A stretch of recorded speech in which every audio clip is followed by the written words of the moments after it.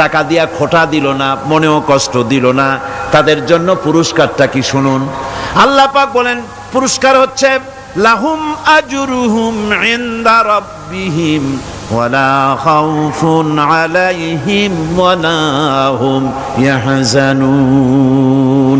ওদের জন্য তার পরওয়ারদিগারের কাছে রয়েছে বিরাট পুরস্কার, আজরে আজিম। এদের জন্য কোনো ভয় নাই, কোনো চিন্তাও নাই, কিয়ামতে ডাইরেক্ট জান্নাতে চলে যাবে। সুবহানাল্লাহ। দানের এত ফজিলত যা ভাই আমি বলে শেষ করতে পারবো না, এত ফজিলত আল্লাহ দানের মধ্যে রেখেছেন। ত্যাগেই তো শান্তি, ভোগে শান্তি নাই, মজা কিসে? জোরে কন্যা মজা কিসে? ত্যাগের ভিতরেই মজা। আল্লাহ পাক বলছেন ইয়া আইয়ুহাল্লাযীনা আমানু আনফিকু মিন তাইয়্যিবাতি মা কাসাবতুম ওয়া মিম্মা আখরাজনা লাকুম মিনাল আরদ। তোমরা যে উপার্জন করেছো, সেই উপার্জনে তোমাদের জন্য যা উপার্জন করেছো তাই, আর মাটি থেকে আমি যা তোমাদের জন্য দিয়েছি তার থেকে ভালো জিনিস, ভালো ভালো জিনিস আমার রাস্তায় খরচ করো। এটা কার অর্ডার? আল্লাহর অর্ডার। খরচ করবেন কি? আল্লাহ পাক বলছেন ওয়ায়াসআলুনাকা মাযা ইউনফিকুনা কুলিল আফওয়া। নবী আপনাকে প্রশ্ন করা হয় কি খরচ করব, আপনি বলুন প্রয়োজনের অতিরিক্ত জিনিস যেটা আছে সেটাই আল্লাহর জন্য খরচ করে দাও। তোমার প্রয়োজন যখন মিটে গেছে, ব্যাংকের মধ্যে অসংখ্য টাকা জমা রাখা খালি গুনতেছে বসে বসে, তা না করে অভাবগ্রস্ত মানুষদের প্রয়োজন মিটাও।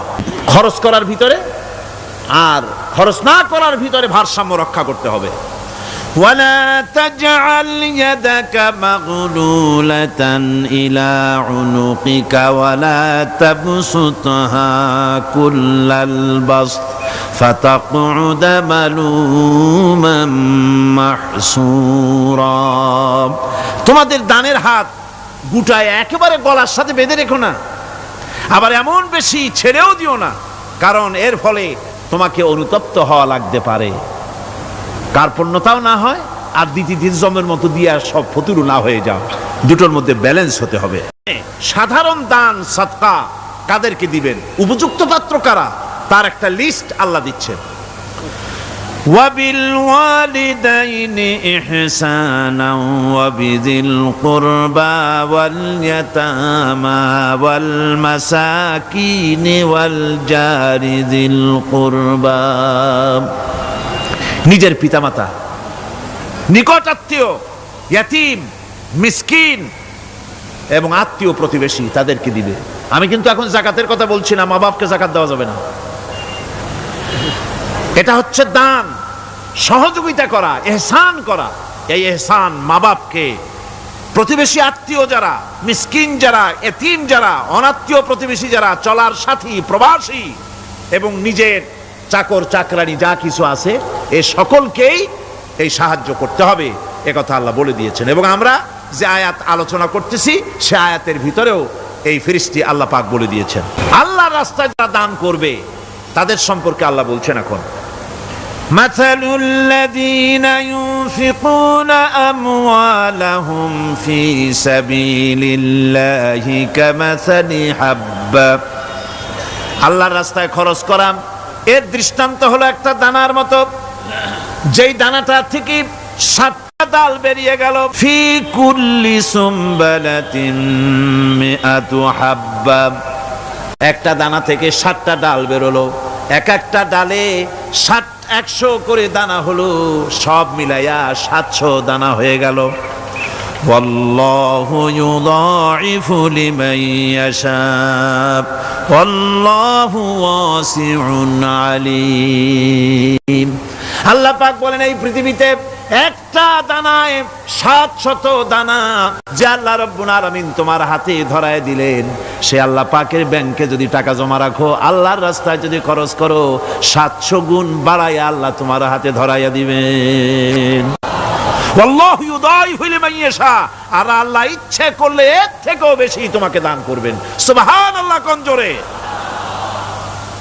আর এই দান করতে হবে মরার আগে।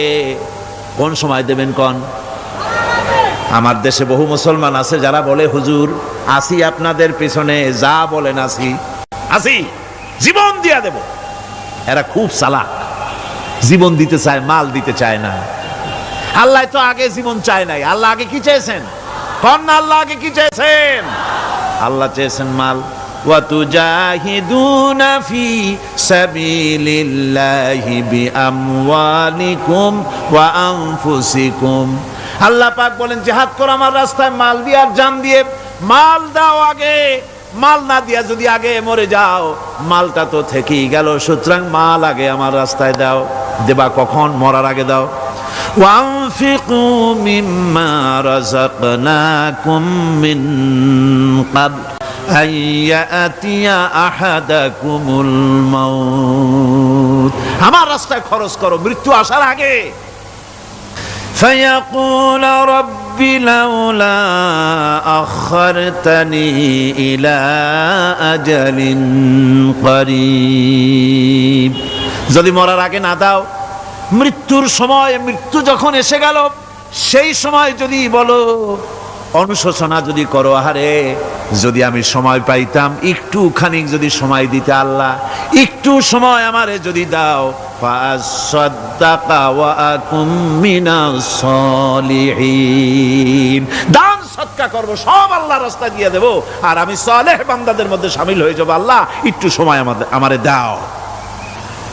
আল্লাহ পাক বলছেন, ওয়ালা ইউআখিরাল্লাহু নাফসান ইযা জাআ আজালুহা আল্লাহু খাবীরুম বিমা তা'মালুন। মৃত্যুর নির্ধারিত সময় আসলে এক সেকেন্ড আগে পাশে করা হবে না। সুতরাং মৃত্যুর আগে খরচ করো।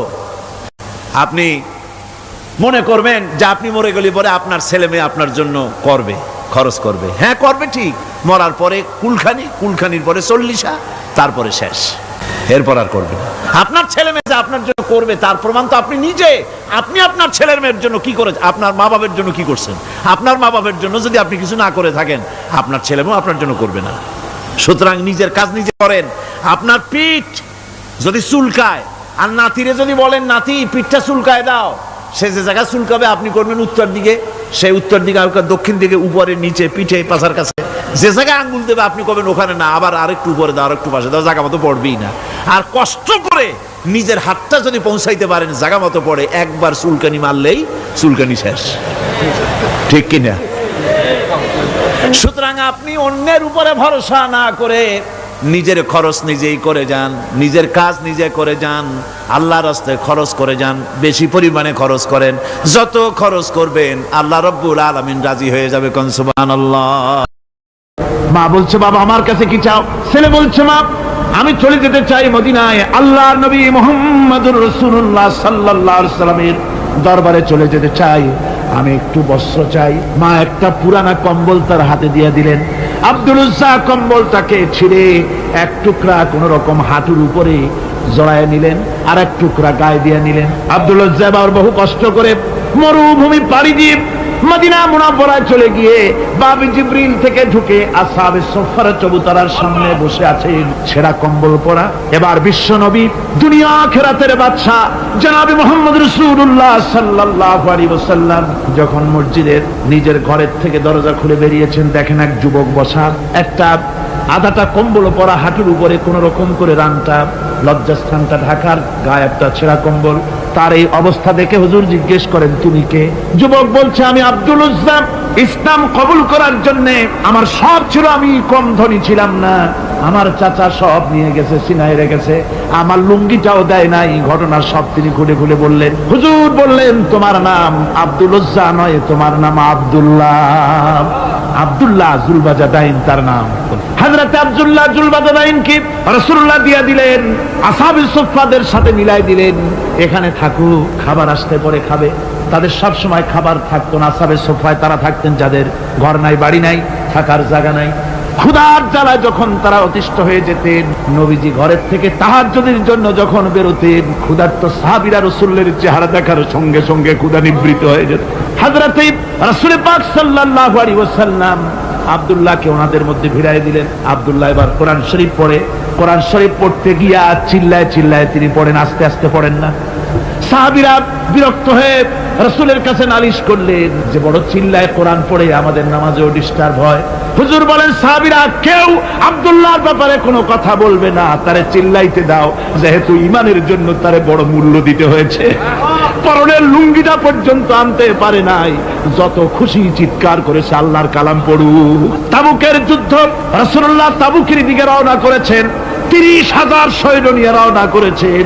ওই জিহাদে মানুষেরা প্রাণ ভরে রাসূলুল্লাহকে সাহায্য করেছেন। মেয়ে লোকেরা নাকের ফুল, কানের দুল, গলার হাল খুলে খুলে রাসূলের কদম মোবারকে দিয়ে দিয়েছে। ধনীরা টাকা পয়সা সব দিয়েছে। হযরত আবু বকর তো যা ছিল সব এনে দিয়েছে, কিছু ছিল না ঘরে। রাসূল রওনা করলেন। প্রতিমধ্যে হযরত আব্দুল্লাহ জুলবাজাদাইন আল্লাহর নবীর খেদমতে হাজির হয়ে বলেন, হুজুর সবাই তো সব দিল, আমার কিছুই নাই, কিছু দিতে পারলাম না। হুজুর আপনি আমার জন্য দোয়া করেন, আমি যেন এই তাবুকের ময়দানে কাফেরদের বিরুদ্ধে লড়াই করে যেন শহীদ হয়ে যেতে পারি। মাল দিতে পারি নাই, কিন্তু আল্লাহর জন্য যেন আমার জীবনটা দিয়ে দিতে পারি। ও চট্টগ্রামের যুবকেরা, তরুণেরা, তোমাদের মতো 20 বছরের তরুণ হযরত আব্দুল্লাহ জুলবাজাদাইন শাহাদাতের তামান্না করে রিসালাতে মাহবের কাছে দাঁড়িয়েছে। হুজুর বললেন, একটা গাছের বাকল নিয়ে আসো। একজন একটা বাকল নিয়ে এলো। রাসূলুল্লাহ এই বাকলটা আব্দুল্লাহ জুলবাজাদাইনের হাতে লাগাই দিলেন। রাসূলুল্লাহ বললেন, আয় আল্লাহ, আমি আব্দুল্লাহর রক্ত কাফেরদের জন্য হারাম করে দিলাম। হযরত আব্দুল্লাহ বলছেন, ইয়া রাসূলুল্লাহ, আমি চাইছিলাম শহীদ হব, আর আপনি আমার রক্তটা হারাম করে দিলেন কাফেরদের জন্য। আল্লাহ নবী বলেন, আব্দুল্লাহ রে, কোনো চিন্তা করো না, তোমার মৃত্যু যদি জ্বরেও হয়, আল্লাহ রাব্বুল আলামিন তোমার শাহাদাতের দরজা দিয়ে দিবে। তাবুকের প্রান্তরে চলে গেলেন। কয়েকদিন ওই তাবুকের ময়দানে থাকায় রাসূলের কাছে খবর এলো আব্দুল্লাহ মারাত্মক জ্বরে আক্রান্ত হয়ে ইন্তেকাল করেছেন। রাসূলুল্লাহ বললেন, আমি জানাজা পড়াবো। হযরতে আব্দুল্লাহর জানাজা হলো গভীর রাত। কবরের ভিতরে একজন দাঁড়ায়া লাশ ধরার জন্য একজন কবরের ভিতরে দাঁড়িয়েছে। 2 জন লোকে লাশ নিয়ে আসতেছে। হযরতে বেলাল আলো উঁচু করে দাঁড়ায় ধরে আছে। অন্ধকার রাত, কবরের ভিতরে একজন দাঁড়ানো, লাশ নিয়ে এসেছে 2 জনে। কবরের ভিতরে যিনি দাঁড়ানো তিনি বলছেন, এই লাশকে তোমাদের ভাইকে আদবের সাথে কবরে রাখো। কবরের মধ্যে যিনি দাঁড়ানো তিনি আর কেউ নয়, বিশ্বনবী মুহাম্মদুর রাসূলুল্লাহ সাল্লাল্লাহু আলাইহি ওয়াসাল্লাম। হযরত রাসূলুল্লাহ বলতেছেন, আবু বকর ওমর, তোমাদের ভাইকে আদবের সাথে কবরে রাখো, খবরদার বেয়াদবি করো না। কবরের মধ্যে আল্লাহ নবী আব্দুল্লাহ জুলবাজাদাইনকে নিজ হাতে শোয়াই দিয়া কবরের উপরে পাথর বিছিয়ে দিয়ে নবীজি বললেন, রব্বুল আলামিন, আজকের এই সন্ধ্যা পর্যন্ত আমি আব্দুল্লাহর প্রতি রাজি ছিলাম, তুমিও আব্দুল্লাহর প্রতি সন্তুষ্ট হয়ে যাও। হযরত ইবনে মাসউদ রাদিয়াল্লাহু তাআলা আনহু বলেন, আমি চিৎকার মেরে কেঁদে কেঁদে বললাম, আল্লাহ, আজকে যদি এই কবরে আব্দুল্লাহ না হয়ে আমি হতাম, আমার কিসমতটা ভালো হয়ে যেত। যুবকেরা, ও তরুণ মুসলমানেরা, তোমরাই রক্ত দিয়ে ইসলাম কায়েম করেছো। কে কায়েম করেছে ইসলাম? মুসলিম তরুণেরা, মুসলিম যুবকেরা। তোমাদের অবদান সব চাইতে বেশি। আজ মুসলমান যুবকদের চরিত্র নাই। মদ, জুয়া, জেনা, ব্যভিচার করে করে সর্বনাশ করে দেওয়া হলো। সরকারি ভাবে, বেসরকারি ভাবে, বিভিন্ন ভাবে যুবকদেরকে মিসগাইড করার জন্য মদ দেওয়া হয়, টাকা দেওয়া হয়, অস্ত্র দেওয়া হয়, সব দিয়ে যুবকদের চরিত্র নষ্ট করা হচ্ছে। অথচ যুবক হচ্ছে একটা জাতির মেরুদণ্ড। জাতির কি মেরুদণ্ড? এই মেরুদণ্ডকে ঘুরে ধরেছে, এই মেরুদণ্ড নষ্ট করার ব্যবস্থা করা হয়েছে। আমার মুসলমান ভাইয়েরা, হাদিস থেকে শোনো, বদরের প্রান্তরে যুদ্ধ হবে। রাসূলুল্লাহ সাহাবায়ে কিরামদেরকে রেডি করেছেন, কিন্তু এই যুদ্ধটা বড় মারাত্মক। এই জিহাদ বড় মারাত্মক। জিহাদ হবে, চাচার বিরুদ্ধে ভাতিজা জিহাদ করবে, বাপের বিরুদ্ধে সন্তান অস্ত্র ধারণ করবে, ভাইয়ের বিরুদ্ধে ভাই অস্ত্র ধারণ করবে। কোন জায়গা? বদর। কোন জায়গায়? বদর। মক্কা থেকে যারা আসতেছে সব চাচা, ভাই, মামু, খালু, এরা আপন আপন লোকেরা আপন লোকের বিরুদ্ধে অস্ত্র ধারণ করবে। এটা কি সহজ? কোন এটা কি সহজ? রাসূলুল্লাহ যুদ্ধের কথা মানুষকে বুঝাচ্ছেন, একটু ইতস্তত করুন। হযরত রাসূল পাক সাল্লাল্লাহু আলাইহি ওয়াসাল্লাম যুদ্ধের কথা সাহাবায়ে কিরামদের সামনে পেশ করতেছেন আর একটু ইতস্তত করতেছেন। এই কঠিন যুদ্ধে সাহাবীরা কিভাবে মেনে নেবে? রাসূলের মনের অবস্থা বুঝতে পেরে হযরত মিকদাদ রাদিয়াল্লাহু তাআলা আনহু বর্ষিয়ান সাহাবী, তিনি দাঁড়ায় গেলেন। তিনি দাঁড়ায় বলছেন, ইমদি বিনা ইয়া রাসূলুল্লাহ হাইসু মা তাশা। হে রাসূল, আপনি আমাদেরকে নিয়ে চলুন আল্লাহ যেদিকে আপনাকে যেতে বলে। হাইসু মা তাশা আয় হাইসু মা আমারাকাল্লাহ, যেদিকে আল্লাহ আপনাকে যেতে বলেন আমাদেরকে নিয়ে আপনি সেদিকে চলেন। ইন্না লা নাকুলু লাকা কামা ক্বালা বানু ইসরাঈল লিমূসা আলাইহিস সালাম ইযহাব আনতা ওয়া রাব্বুকা ফাকাতিলা ইন্না হাহুনা কাঈদুন। আমরা মুসা আলাইহিস সালামের উম্মতের মতো বলবো না যে হে মুসা, তুমি আর জিবরাইল আর তোমার আল্লাহ যুদ্ধ করো, আমরা ঘরে বসে আরাম করি। এ কথা আমরা বলবো না হুজুর। বল ইযহাব আনতা ওয়া রাব্বুকা ফাকাতিলা ইন্না মাআকুমা মুকাতিলুন। হে রাসূল, বরং আমরা বলবো আপনি যুদ্ধ করুন, আপনি আমাদের নিয়ে চলুন, আমরা লড়বো আপনার সাথে কাফেরদের বিরুদ্ধে। ততক্ষণ পর্যন্ত লড়বো মা দামাত আইনুম মিন্না তাতাররাফ। ও রাসূল, যতক্ষণ আমাদের চোখের একটা পাতাও নড়ে ততক্ষণ আপনার সাথে আমরা লড়বো। সুবহানাল্লাহ। মানে জীবন যতক্ষণ আছে আপনার সাথী হয়ে কাফেরদের বিরুদ্ধে লড়তে থাকবো। হুজুর খুব খুশি হয়ে গেল। হুজুর কি হলেন? দারুণ খুশি হয়ে গেল। আল্লাহ নবী খুশি হয়ে বললেন, ও সাহাবীরা, তোমাদের মানসিক অবস্থা যখন এই কুবু বিনা ইলা জান্নাতিন জান্নাতুন আরদুহা কারদিস সামাওয়াতি ওয়াল আরদ। ও সাহাবীরা, তোমাদের মানসিকতা যখন এমন, তখন আমার সাথে তোমরা দাঁড়াও, আমার সাথে ওঠো, আমার সাথে চলো জান্নাতের দিকে। রাসূলুল্লাহ বলেন, আমার সাথে চলো বেহেশত। কোন বেহেশত?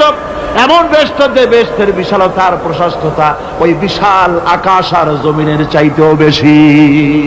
এই বিরাট জান্নাতের দিকে চলো আমার। ফাকামা উমাইর বিন হামাম ওয়া কানা ইয়াকুলু তামার। যুবকেরা, তোমাদের মতো তরুণ, তোমাদের মতো এক যুবক যার নাম উমাইর, তিনি দাঁড়িয়ে গেলেন, হাতে ছিল খোরমা।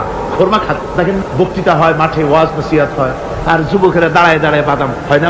ওই সাহাবী ওই সময় তো বাদাম টাদাম হয়তো পায় না, খোরমা খাচ্ছে, খোরমা চাবাচ্ছে, বিচি ফালাই দিতেছে, আর এইভাবে খাচ্ছে আর হুজুরের কথা শুনে। হুজুরের কথা শুনে উমাইর বলছেন, বাহ বাহ, এটা কি আঞ্চলিক শব্দ। এর অর্থ হচ্ছে আয় মা আযমাহু ওয়া মা আহসানাহু। হে রাসূল, আপনি কত সুন্দর কথা বললেন, আপনি কি বিশাল কথা বলেছেন, কত বড় কথা বলেছেন। জিহাদ করলে, জান দিলে এমন বেহেশত পাবো, জান্নাতুন আরদুহা কারদিস সামাওয়াতি ওয়াল আরদ, যে বেহেশতটা হবে ওই বিশাল আকাশের চাইতে এমন বেহেশত পাবো। ওয়াল্লাহি লাউ কুনতু হাইয়ান হাত্তা আকুলাহুম ইন্নাহা লাহায়াতুন তাবি। আল্লাহর কসম, আমি যদি হাতের সবগুলি খোরমা খেতে যাই তাহলে তো অনেক সময় লাগবে, বেহেশতে যেতে দেরি হয়ে যাবে, অনেক দেরি হয়ে যাবে বেহেশতে যেতে। ফারামা বিহিন্না, হাতের সবগুলি খোরমা তিনি ফেলে দিন। ও যুবকেরা, হযরত ওমর তোমার মতো যুবক খোরমা খাওয়া সহ্য করলেন না আল্লাহর জান্নাতে যাওয়ার লোভে। জান্নাতে যেতে দেরি হয়ে যাবে, আল্লাহর সঙ্গে দিদার করতে দেরি হয়ে যাবে, এই মনে করে হাতের খোরমাগুলি ফালায় দিলেন, জিহাদের ময়দানে ঝাঁপায়ে পড়লেন। হাদিস শরীফে এসেছে, উমাইর জিহাদ করে বেশ কিছু কাফেরদেরকে নিহত করে নিজেও শহীদ হয়ে গেলেন। রাসূলুল্লাহ বদরের শাহাদাতের জানাজা করার সময় একজন সাহাবী বলে দিলেন, হুজুর, এই সেই উমাইর, আপনি যখন বেহেশতের কথা বলছিলেন, খোরমাগুলি খাওয়ার তর সহ্য হয় নাই বেহেশতে যাওয়ার জন্য, এই সেই উমাইর।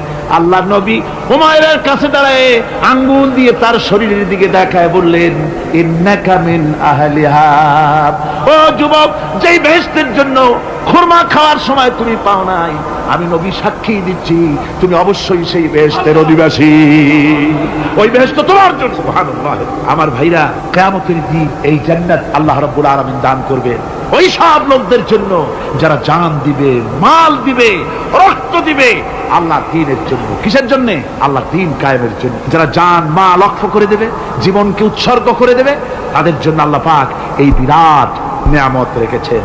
তরুণদের বলতে চাই, যুবকদের বলতে চাই, আর বাতিলের পেছনে ঘুরো না, আর তোমার ওই সব নেতাদের পেছনে ঘুরো না যারা নিজেরাও নামাজ পড়ে না, তোমাকেও নামাজের কথা বলে। ওরা নিজেরা মিথ্যা কথা কয়, তোমরা টের পাও না? কি বলেন, টের পাওয়া যায় না? মারামারি করে নিজেরা আর বদনাম দেয় অপরের উপরে। চোখের সামনে যারা এরকম পারে, চোখের সামনে যারা এরকম পারে, তাহলে রাত দিন 24 ঘন্টা তাদের আমলটা কেমন? এদের পেছনে ঘুরে কোনো লাভ নাই। কোনো লাভ আছে? হ্যাঁ, একটা লাভ আছে। সেই লাভটা হচ্ছে টাটকা কিছু সুখ পেতে পারো, কিছু মদের টাকা, কিছু হোটেলের টাকা, কিছু পরের মেয়ে নিয়ে ঘোরার টাকা, কিছু ভ্রমণের টাকা, কিছু অস্ত্রপাতি, ত্রাস সৃষ্টি করা। আর ত্রাস সৃষ্টি করবা, কয়টা অস্ত্রের মালিক হইছো? যুবক, তরুণ, বিপদগামী তরুণদের বলবো, সরকার অননুমোদিত অস্ত্র যাদের কাছে আছে, শুনে রাখ, এই অস্ত্র কাউকে ক্ষমা করে, এই অস্ত্র কাউকে ক্ষমা করে না। সাপ পোষার মতো, যে সাপ তুমি দুধ কলা দিয়ে পোষো, ওই সাপ তোমাকে আবার দংশন করবে। ওঝা মরে না মরে না, সাপ খেলা যারা দেখায় তারা মরে কিনা, ওই সাপেই তাকে কাটে। সুতরাং গভর্নমেন্ট অনুমোদিত অস্ত্র তোমার কাছে, পাইপ গান, রিভলভার, স্টেন গান, এলএমজি, আদমজি, কত রকমের অস্ত্রপাতি যুবকদের কাছে। ঘুম নাই, সারা রাত অস্ত্র থাকে কাছে, আর কি কি লাল পানি খাইয়া চোখ দুইটা থাকে এত বড় বড়, দেখলেও ভয় করে, মাথায় ভাল্লুকের মতো। মানুষ মারো তোমরা, মানুষ মারো। আহা, যারে মারলা একটুখানি হিউম্যান বিবেক দিয়ে চিন্তা করো। যাকে মেরেছ ওই রাত্রে তার বাড়ির কাছে যাও, ওই রাত্রে গোপনে তার বাড়ির কাছে গিয়ে দেখো তার মা কিভাবে তার সন্তানের জন্য কাঁদতেছে, মায়ের কোলটা খালি হয়েছে বলে কিভাবে কাঁদতেছে, তার বাবা কিভাবে কাঁদতেছে, তার বউ থাকলে কিভাবে ছটফট করতেছে, তার কলিজার টুকরা সন্তান থাকলে কিভাবে আব্বা আব্বা বলে কাঁদতেছে। যারে গুলি করে মেরেছো একবার বাড়ির কাছে গিয়ে কান পাচা শোনো। মনে রাখো যুবক, সন্ত্রাসীরা, শুনে রাখো, অস্ত্র দিয়া মানুষকে যারা মেরেছো, আল্লাহর কসম করে বলি, যেভাবে মেরেছো ওইভাবে তোমাকেও নিহত হতে হবে, কোনো সন্দেহ নাই। বাড়িতে গিয়ে ডায়েরিতে লিখে রাখো আমার কথা। থামুন, বাড়িতে গিয়ে ডায়েরিতে লিখে রাখো, ডায়েরিতে লিখে রাখো, যদি তুমি কাউকে হত্যা করে তার বউকে যদি বিধবা বানায় থাকো, তোমার বউ বিধবা হবেই। তুমি যদি কারো ছেলেকে এতিম বানায় থাকো, তোমার ছেলেকে আল্লাহ এতিম বানায় রাস্তায় ভিক্ষা করায় ছাড়বে। তুমি যদি কারো বাপকে মাকে কাঁদায় থাকো, আল্লাহ রাব্বুল আলামিন তোমার মা বাপকে কাঁদাবে। তুমি যদি বেয়নটের খোঁচা দিয়া, ড্যাগারের খোঁচা দিয়া একটা মানুষকে যদি বুক ফেলে থাকো, তোমার বুকটা ঝাঁঝরা করে দেওয়ার মতো অস্ত্র আল্লাহ তৈরি করে রেখেছে। বিশ্বাস করো, বিশ্বাস করো। অননুমোদিত অস্ত্র থানায় জমা দিয়ে দাও, মসজিদে ঢোকো, নামাজ পড়ো, চরিত্রবান হয়ে যাও। তোমাদের প্রতি আমার উদাত্ত দাওয়াত, আমার বুক ভরা দরদ। তোমাদের বিরুদ্ধে আমাদের কোনো বিদ্বেষ নাই, হিংসা নাই, আছে কলিজা বড় দরদ। দেখতে পাচ্ছি জাহান্নামের দিকে যাচ্ছে। এ পথটা কোন দিকের পথ? যারা বলেন কোথার পথ? ওই নেতাদের পিছনে আর চলো না, তওবা করো। ওই নেতাদের পিছনে আর যাবে না যারা তোমাদেরকে টাকা দেয় আর অস্ত্র দেয়, যারা তোমাদেরকে মদ দেয় আর নারী দেয়, ওদের পিছনে আর চলবে না। ওয়াদা করো। যুবকরা কি পারবে ওয়াদা করতে? ওই সব নেতাদের পিছনে জীবনে আর যাবে না, ওয়াদা করতে পারো? হাত উঁচু করে দেখাও যুবকেরা।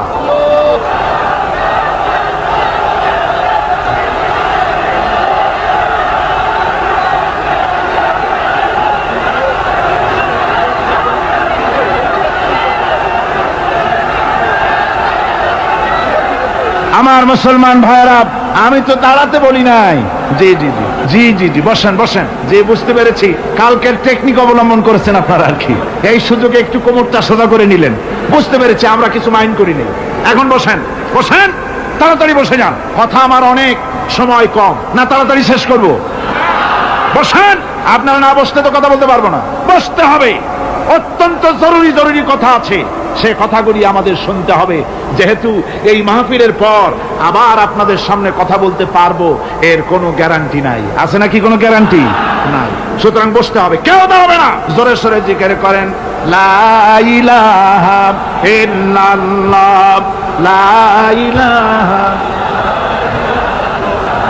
আমার ভাইরা, আজকের মাহফিলের সবচেয়ে বড় আকর্ষণ আখিরি মোনাজাত, ঠিক না? কোরআনে কারীমের মাহফিলের মোনাজাত অবশ্যই কবুল হবে ইনশাআল্লাহ।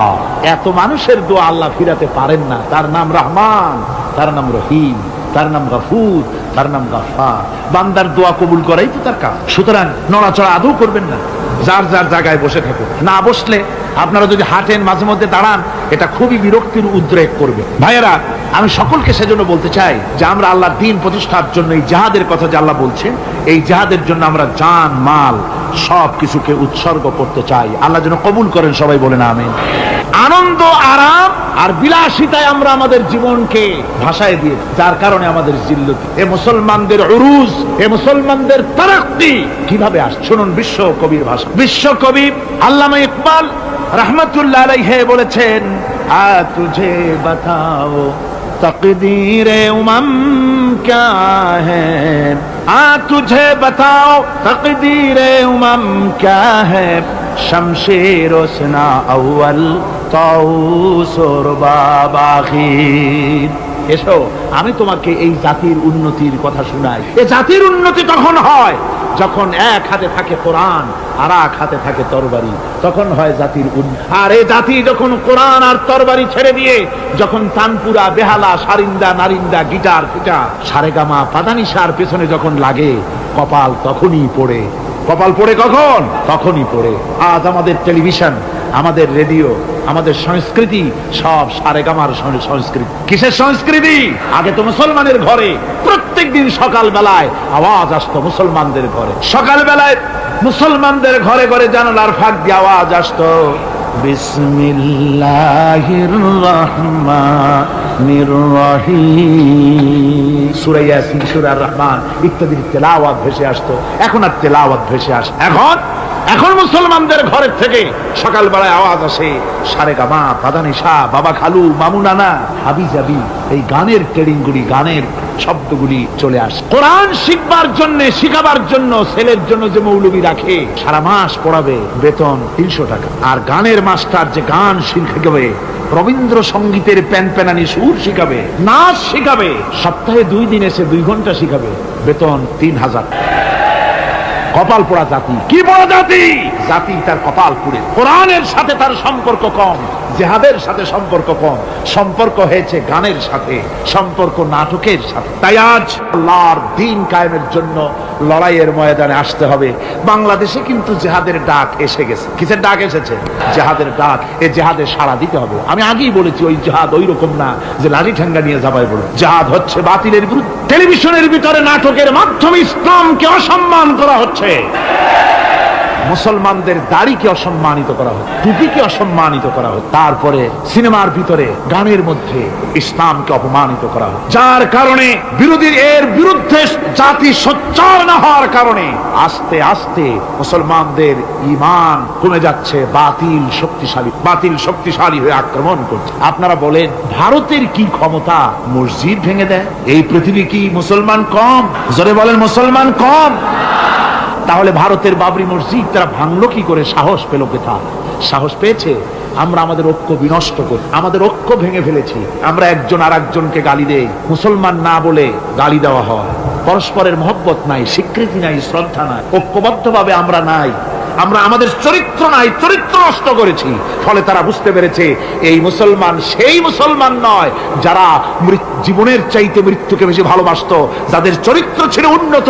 এরা সেই জাতিরা, এরা মিথ্যা কথা বলে, এরা জুয়া খেলে, এরা মদ খায়, এরা জেনা করে, এরা বদমাশি করে। এদের সেই চরিত্র নাই যেই চরিত্রের বলে আমাদের অপকর্মের মোকাবেলা করতে পারে।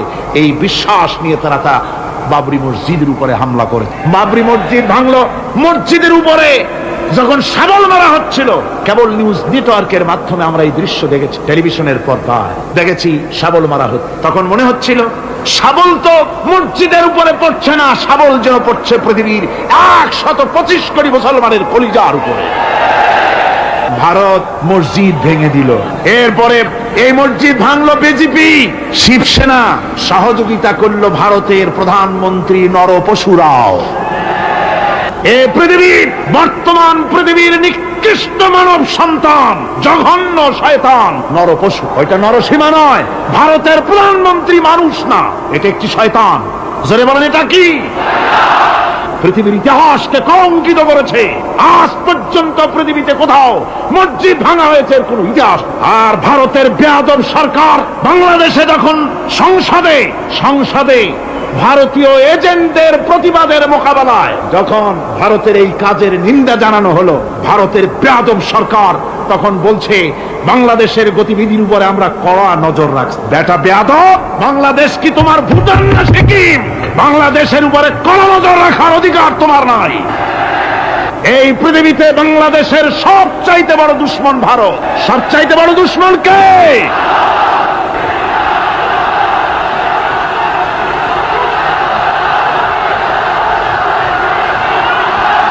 আমার মুসলমান ভাইয়েরা, ভারতের জনগণের সাথে আমাদের কোনো বিদ্বেষ নাই, ভারতের জনগণের সাথে আমাদের কোনো শত্রুতা নাই, ঠিক কিনা? আমাদের দুশ্মনী নরপশুর সাথে। তুমি একটা সরকার, তোমার হাতে রয়েছে সেনাবাহিনী, তোমার সাথে বিএসএফ, তোমার হাতে ল্যান্ড ফোর্স, এয়ার ফোর্স, সব বাহিনী তোমার হাতে। মসজিদ ভাঙে চোখের সামনে, তোমার বাহিনীর লোকেরা অস্ত্র নিয়ে দাঁড়িয়ে থাকে, একটা ফাঁকা গুলিও করলো না। করছে একটা ফাঁকা গুলি? মুসলমানেরা প্রতিবাদ করলো, সেই প্রতিবাদের মুখে মুসলমানদেরকে গুলি করে করে মারা হলো। কারফিউ দিয়ে পুলিশেরা মুসলমানদের ঘরে ঢুকে মুসলমানদেরকে বের করে এনে বেয়নেট চার্জ করে শহীদ করে দিল। দিল্লি, মিরাট, দিল্লিতে, মিরাটে, কলকাতায়, বোম্বে, মাদ্রাস, গোটা ভারতে সাম্প্রদায়িক দাঙ্গা দিয়ে ডুবিয়ে ফেলে মুসলমানেরা আজকে তা সেখানে এতিম অবস্থায় পড়ে আছে। একটা সরকার এই দৃশ্য দেখতে পারে? মানুষের কোনো মর্যাদা তোমার কাছে নাই। আরো বাংলাদেশের উপরে কড়া নজর রাখবা। 1971-এর বাংলাদেশ এখন না, 93 বাংলাদেশ। তোমার গোলামেরা দেশ শাসন করে না, এদেশে 11.5 কোটি মুসলমান বাস করে। আমরা ভারতকে দেখিয়ে দেব ইনশাআল্লাহ, জিহাদের প্রেরণা নিয়ে যদি প্রয়োজন হয় বাংলাদেশের যুদ্ধ যদি করা লাগে ভারতের সাথে, আর যুদ্ধ করা লাগবে, রাসূলুল্লাহর ওয়াদা আছে। কার ওয়াদা? নাসাই শরীফ, ইবনে মাজাহ, এই সাহাসেত্তার দুটি হাদিসের মধ্যে হযরত আবী হুরায়রা রাদিয়াল্লাহু তাআলা আনহু বর্ণিত হাদিস রয়েছে। বলেছেন, দুই শ্রেণীর লোক কিয়ামতের দিন জাহান্নাম থেকে মুক্ত হয়ে যাবে। এক শ্রেণী হচ্ছে যারা ঈসা আলাইহিস সালামের সাথে সাথী হয়ে যারা লড়বে আর শহীদ হবে, কিয়ামতে তারা জান্নাতে যাবে, জাহান্নাম থেকে মুক্ত। আর দ্বিতীয় শ্রেণী, ভারতের সঙ্গে একটা যুদ্ধ হবে, রাসূল বলেছেন হিন্দুস্তানের সঙ্গে একটা লড়াই হবে। ওই লড়াইয়ে যারা শহীদ হবে, রাসূলুল্লাহ বলেছেন কিয়ামতের দিন জাহান্নাম থেকে আল্লাহ মুক্ত করে দিবেন। সেই লড়াই ভারতের সাথে আমাদের হবে। ওই লড়াই যেদিন বাঁধবে, বাংলাদেশের সেনাবাহিনী, air force, land force, police শুধু এরাই যুদ্ধ করবে না, বাংলাদেশের 12 কোটি তৌহিদি জনতা শহীদ তিতুমীরের বাস হাতে নিয়ে ভারতকে পিটিয়ে ঠান্ডা করবে ইনশাআল্লাহ। আমার দেশে ভারতের মসজিদ ভাঙার প্রতিবাদে আমাদের দেশে একটা হিন্দুও মরে নাই, কথা ঠিক কিনা কন? কিন্তু ভারতে ভেঙেছে তারা বাবরি মসজিদ। আমার দেশের 15 জন মুসলমান পুলিশের গুলিতে নিহত। আমার দেশে হিন্দু মরে নাই। তোমরা আমার দেশে, সেখানে আমার মুসলমান মেরে। হযরত আব্দুল্লাহ বিন ওমর রাদিয়াল্লাহু তাআলা আনহু বলছেন যে আমি রাসূলের সঙ্গে কাবা শরীফ তাওয়াফ করতেছিলাম। আমি বলতে শুনলাম রাসূল বলছেন, হে কাবা, তোমার কত মর্যাদা, তোমার কত সম্মান, তুমি কত মহান, তোমার কত ইজ্জত। তবে কাবা, শুনে রেখো, আল্লাহ রাব্বুল আলামিনের একটা মুমিন বান্দার যে মর্যাদা, তোমার মর্যাদা যত হোক একটা মুমিনের চাইতে নিশ্চয়ই বেশি নয়। তোমরা মসজিদ ভেঙেছো আর আল্লাহর মুমিন বান্দাদেরকে ভেঙেছো। ভারত সরকার, শুনে রাখো, মসজিদ ভাঙো নাই, তকদির ভেঙেছো। মসজিদ যেভাবে মসজিদের ইটগুলি টুকরা টুকরা হয়েছে, গোটা ভারত আজ হোক কাল হোক মসজিদের ইটের মতোই টুকরা টুকরা হয়ে যাবেই যাবে ইনশাআল্লাহ। তবে আমার দেশের মুসলমানদেরকে মনে রাখতে হবে, আমরা প্রতিশোধের নীতিতে বিশ্বাস করি না। ভারতের বাবরি মসজিদ ভাঙার ব্যাপারে বাংলাদেশের কোনো হিন্দু দায়ী নয়, কথা বুঝতে পেরেছেন? আমরা একজনের অপরাধের শাস্তি আর একজনকে দেই না। বাংলাদেশের কোনো হিন্দু ওই ঘটনার জন্য দায়ী নয়। আমাদের দেশে মন্দির 2-4টা ভেঙেছে, আমরা খবর, এই মন্দিরগুলি মুসলমানেরা ভাঙে। এই মন্দিরগুলি ভারতের এজেন্টদের উস্কানিতে হিন্দুরা নিজেরা ভেঙে, মুসলমানেরা ভাঙে। ভারতীয় দালালেরা বাংলাদেশের সারা পৃথিবীতে সাম্প্রদায়িক সম্প্রীতির ভাব মূর্তিকে ক্ষুণ্ণ করার জন্য এই কাজ তারা করেছে। নরসিংদীতে, আর মিয়া থামো না, নরসিংদীতে সেখানে দেখা গেছে গভীর রাত্রে কাপড়ের দোকানদার হিন্দু ঘরের সমস্ত কাপড় চোপড় সরাইয়া নিজের দোকানে আগুন দিতে গিয়েছে, পুলিশ তখন তার ভারতের 5-8 গোলামেরা হিন্দুদের দিয়ে এই কাজগুলি করাইছে। কোন মুসলমান মন্দির ভাঙে নাই। বাংলাদেশ গোটা বিশ্বের বুকে সাম্প্রদায়িক সম্প্রীতির সহস্র বছরের উজ্জ্বল দৃষ্টান্ত, আলহামদুলিল্লাহ। তার কারণ হচ্ছে আল্লাহর নবী বলেছেন সংখ্যালঘু মুসলিম এলাকায়, সংখ্যাগরিষ্ঠ মুসলিম এলাকায় সংখ্যালঘু অমুসলিম যারা, তারা হতেছে পবিত্র আমানত। ওই আমানতের কেউ যদি খেয়ানত করে, অর্থাৎ অমুসলিমদের উপরে যদি কেউ অত্যাচার করে, তাহলে আমি নবী মুহাম্মদুর রাসূলুল্লাহ সাল্লাল্লাহু আলাইহি ওয়াসাল্লাম কিয়ামতের দিন আল্লাহর দরবারে মুসলমানদের বিরুদ্ধে মামলা দায়ের করব। এই জন্য আমরা সবচাইতে পরধর্ম সহিষ্ণু জাত। আমার ভাইয়েরা ভালো করে মনে রাখুন, ভারতের বাবরি মসজিদ সহ এখন তারা আর অন্যান্য মসজিদও ভাঙবার প্ল্যান নিয়েছে, ভাঙতে তাজমহলকেও তারা ভাঙবে, অন্যান্য মসজিদও ভাঙবার পরিকল্পনা নিয়ে। ওরা যদি মসজিদ একটা একটা ভাঙতে ভাঙতে আল্লাহ না করুন সবগুলিও যদি ভাঙে, বাংলাদেশের একটা মন্দিরকে আমরা ভাঙতে দেব না। এর নাম ইসলাম। এর নাম কি? ভারতের সাম্প্রদায়িক দাঙ্গা বাঁধিয়ে মুসলমান একটা একটা করে করে সব মুসলমানও যদি তারা মেরে ফেলে দেয়, আল্লাহর কসম বাংলাদেশের একটা অমুসলিমের গায়ে আমরা হাত দিতে দেব না। এর নাম ইসলাম। এর নাম কি? আপনারা যদি কখনো শোনেন যে কোন এলাকার কোন লোক মন্দির ভাঙতে যাচ্ছে অথবা হিন্দুর বাড়ি আক্রমণ করতে যাচ্ছে, সাথে সাথে তাকে ধরে থানায় সোপর্দ করবেন। রাজি আছেন? কারা রাজি? হাত উঁচু করে দেখান। আলহামদুলিল্লাহ, হাত নামা। এই সাম্প্রদায়িক সম্প্রীতি বাংলাদেশে অতীতে ছিল, এখনো থাকবে ইনশাআল্লাহ, ভবিষ্যতেও থাকবে ইনশাআল্লাহ। বলেন ইনশাআল্লাহ। আমাদের শত্রু, আমি বারবার বলছি, হিন্দুরা শত্রু নয়, শত্রু হচ্ছে ভারতীয় এজেন্ট যারা, ভারতের দালাল যারা, ওরা আমাদের, ঠিক কিনা? তারা বাংলাদেশের স্বপ্ন এখানে বসে দেখে, পত্রপত্রিকার মাধ্যমে, টিভির মাধ্যমে হাজারো প্রচেষ্টা তারা চালিয়ে যাচ্ছে ইসলামের বিরুদ্ধে। সুতরাং ইসলামকে জমিনে টিকিয়ে রাখার জন্য চাই সংগ্রাম। তাই আল্লাহ রাব্বুল আলামিন বলেছে, ওয়াতুজাহিদুনা ফি সাবিলিল্লাহি বিআমওয়ালিকুম ওয়া আনফুসিকুম যালিকুম খায়রুল লাকুম ইন কুনতুম তা'লামুন। আল্লাহ পাক বলেন, আমার রাস্তায় জিহাদ করো, জান দাও, মাল দাও, জান দাও, জিহাদ করো, এটাই হলো উত্তম কাজ। যদি তোমরা ইসলাম বুঝে থাকো এটাই তোমাদের জন্য কল্যাণকর। আগে বলেছেন মালের কথা, পরে জানের কথা। আগে কোনটা? মাল, পরে জান। যেহেতু আমরা জানের চাইতে মালের মহব্বত করি বসি, ঠিক কিনা? তো মালের মহব্বত করি বেশি, আমরা কথায় কথায় বলি, আরে ভাই দরকার যদি হয় জানটা দিয়ে দিব, আর জান যদি দিয়েই দেন তো মালটা তো থেকেই গেল। এই জন্য আল্লাহ বলেছেন মাল আগে দাও, তারপরে জান দাও। আমরা খুব চালাক, আমরা জান দিতে প্রস্তুত, মাল দিতে প্রস্তুত নই। একবার একটা লোক যাচ্ছে রাস্তা দিয়ে, সাথে তার প্রিয় কুকুর, কুকুরটা জিব্বা বেরিয়ে গেছে, মরে যাচ্ছে। কুত্তার মালিক কাঁদতেছে। একজন লোক এসে বলে, ভাই তুমি কাঁদো কেন? কয় যে আমার এই কুত্তাটা খুব প্রিয় কুকুর, কুকুরটা মরে যাচ্ছে তাই কাঁদ। কুকুর মরে কেন? কয় কুকুরটা মরতেছে 3 দিন ধরে আমি কোনো খাবার তাকে দিতে পারি না, সেই জন্য কুকুরটা মরে। আচ্ছা হোক, তবু তো আল্লাহর সৃষ্ট এক প্রাণী, কি খেতে দেওয়া যায়? এদিক ওদিক তাকায় দেখে কুকুরের মালিকের কাছেই রয়েছে একটা পোটলা। কয় মিয়া তোমার এই পোটলার মধ্যে কি? কয় পোটলার মধ্যে হালুয়া আর রুটি। তোমার পোটলার মধ্যে হালুয়া আছে, রুটি আছে, কুত্তা মরে ক্ষুধার জ্বালায় তুমি সেখানে কান্দো, ওর থেকে এক টুকরো রুটি দিলেই তো কুত্তা বাঁচে। কুত্তার মালিক বলছে, মিয়া সাহেব ওই সব ফতো আমার শুনেন, এগুলো আমি খুব জানি, রুটি আর হালুয়া দিলেই তো আমার পয়সা খরচ হবে, ওর দরদে যে কান্দতেছি এর জন্য তার পয়সা খরচ হচ্ছে না। আমাদের অবস্থা কিন্তু তাই হয়ে, ইসলাম বিদায় হয়ে যায়, যাক না, কিন্তু আমি কাঁদবো, পয়সা দিব না। রাসূলের করুণ ঘটনাগুলি শুনে চোখের পানি ফেলবো, কিন্তু এই করুণ ঘটনা কেন ঘটলো সেই ময়দানে আমরা পা ফেলবো না। এরকম একটা অ্যাটিটিউড, এ ধরনের একটা মেন্টালিটি আমাদের মধ্যে গ্রো করেছে, ঠিক কিনা কর? আমার ভাইয়েরা, মাল দিতে হবে, জান দিতে হবে, সবকিছুকে উৎসর্গ করে দিতে হবে আল্লাহর দ্বীন প্রতিষ্ঠার জন্য। যার পয়সা আছে, পয়সা দিয়ে কি করবেন যদি আল্লাহর দ্বীন এ জমিনে কায়েম না হয়? আল্লাহর দ্বীন কায়েম না হলে অসত্য, বদমাশি, শয়তানি, সব রকমের অন্যায় কাজ দিয়ে ভরে যাবে দেশ, ক্রমান্বয়ে অশান্তির দিকে যাবে। শান্তি আসবে কেবলমাত্র ইসলাম প্রতিষ্ঠা হলে পরে। আমাদের অবস্থা হলো যে আমরা ওই কুফাবাসীদের মতো, তাদের মতো, কুফাবাসীদের মতো। কুফাবাসীরা হযরত ইমাম হোসেনের জন্য দারুণ ভাবে কেঁদেছে, ঠিক কিনা? কুফাবাসীরা ইমাম হোসেনকে দাওয়াত দিছিল কারা? কুফাবাসীরা। অনেকগুলি চিঠি তারা লিখছে। কুফাবাসীরা ইমাম হোসেনকে ভালোবাসতো, দাওয়াত দিয়েছে, তার জন্য কেঁদেছে। কিন্তু কুফাবাসীদের চোখের পানিটা ছিল ইমাম হুসাইনের জন্য, আর অস্ত্র, টাকা পয়সা সবটা ছিল এজিদের। কুফাবাসীদের মতো অবস্থায় আমাদের হয়েছে। কুফাবাসীদের হযরত ইমাম হুসাইনের জন্য তারা শুধু চোখের পানি ফেলেছে, আর টাকা পয়সা অস্ত্রপাতি যা ছিল সব ছিল তাদের এজিদের জন্য। আমাদের অবস্থাও তাই, আমরা ইসলামের জন্য শুধু চোখের পানি ফেলি, আর যখন ভোট দেই তখন ইসলাম যারা চায় না তাদেরকেই ভোট দেই, ঠিক কিনা?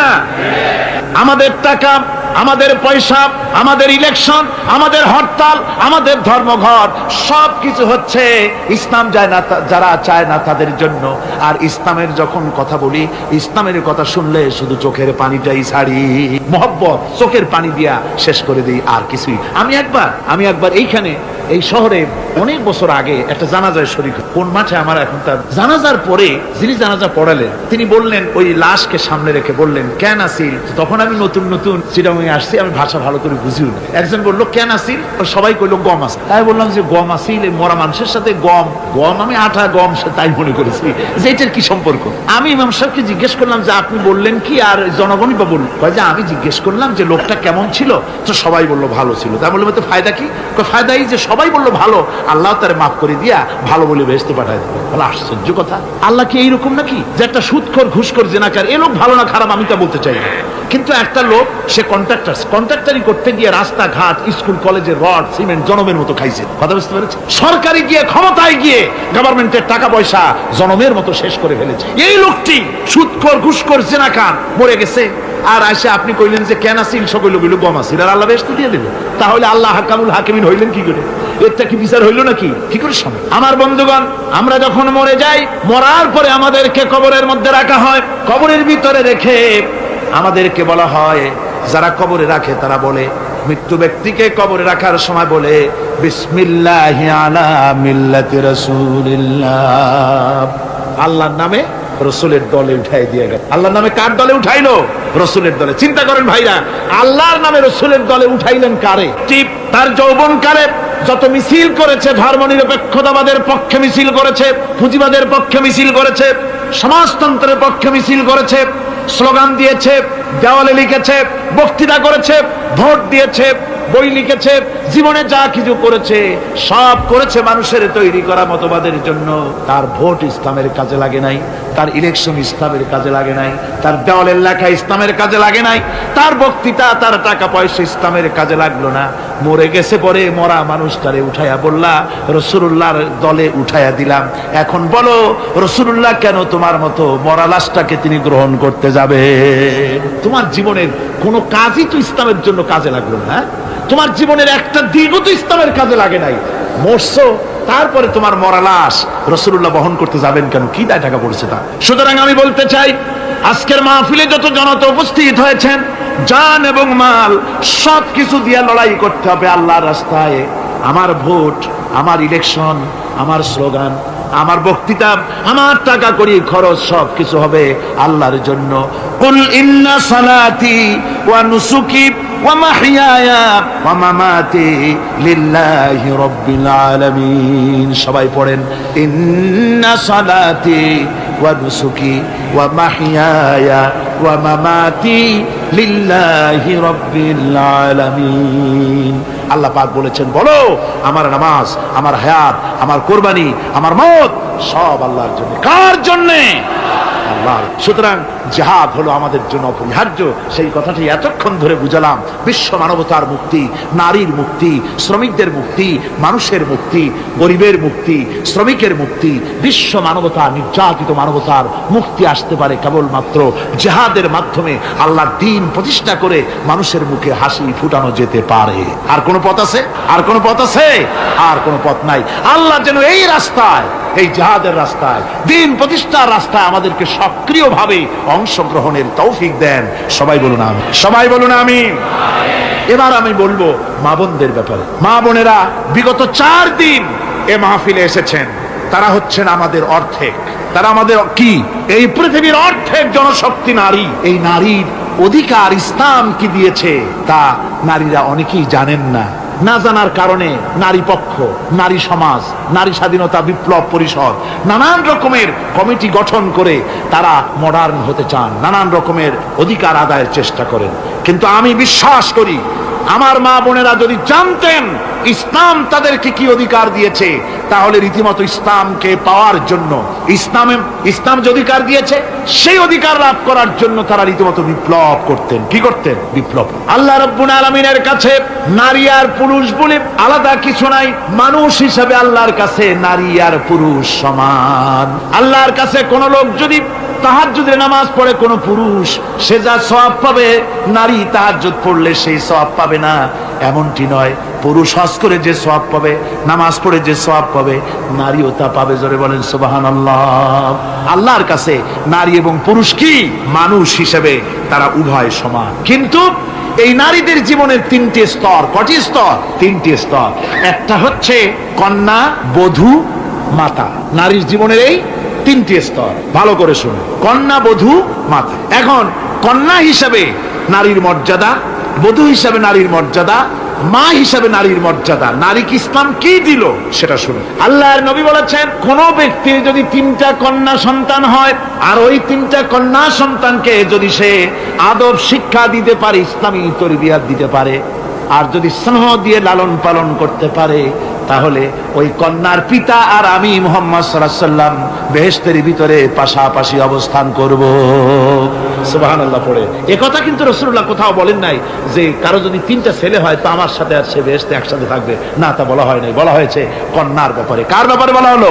ভালো করে শুনুন। রাসূলুল্লাহ বলছেন, কোন ঘরে যখন একটি সন্তান, একটি কন্যা সন্তান জন্মগ্রহণ করে, তখন একজন ফেরেশতা সেই ঘরে ঢোকে, একজন রহমতের ফেরেশতা আসে। ওই রহমতের ফেরেশতা ঘরের মধ্যে ঢুকে বলে, আসসালামু আলাইকুম ইয়া আহলাল বাইত, হে ঘরের মালিকের আল্লাহর রহমত তোমাদের উপরে বর্ষিত হোক। এই কথা বলে ওই ফেরেশতা ঘরের মধ্যে গিয়ে কন্যার মাথার উপরে হাত বুলায় আর বলতে থাকে, এই কন্যা সন্তানটি একটা দুর্বল শরীর থেকে বেরিয়ে এসেছে, এও একটা দুর্বল দেহ, একে যে লালন পালন করবে, দয়া দিবে, স্নেহ দিবে, আল্লাহ রাব্বুল আলামিনের সাহায্য কিয়ামত পর্যন্ত তার সাথে থাকবে। অথচ আমাদের দেশে দেখা যায় মেয়ে হলে অনেকের মুখ কালো হয়ে যায়। বন্ধুরা জিজ্ঞেস করে, মিয়া শুনছিলাম তোমার বোন নাকি বাচ্চা হবে, তা অনেক মাস হয়ে গেল, কোনো খবর টবর তো পাইলাম না। কয় যে ভাই, আশা করছিলাম যা তা হয় নাই, সেই জন্য টেলিফোনও করি নাই। কি হয়েছে? বলে একটা মেয়ে হয়ে। আছে না এরকম কপাল পোড়া? আছে কিনা কন? বারবার মেয়ে হয় বলে স্ত্রীকে তালাক দিয়েছে, এমন ঘটনাও বাংলাদেশে ঘটেছে। বোর যদি বারবার মেয়ে হয় তাহলে সেজন্য কি স্ত্রী দায়ী?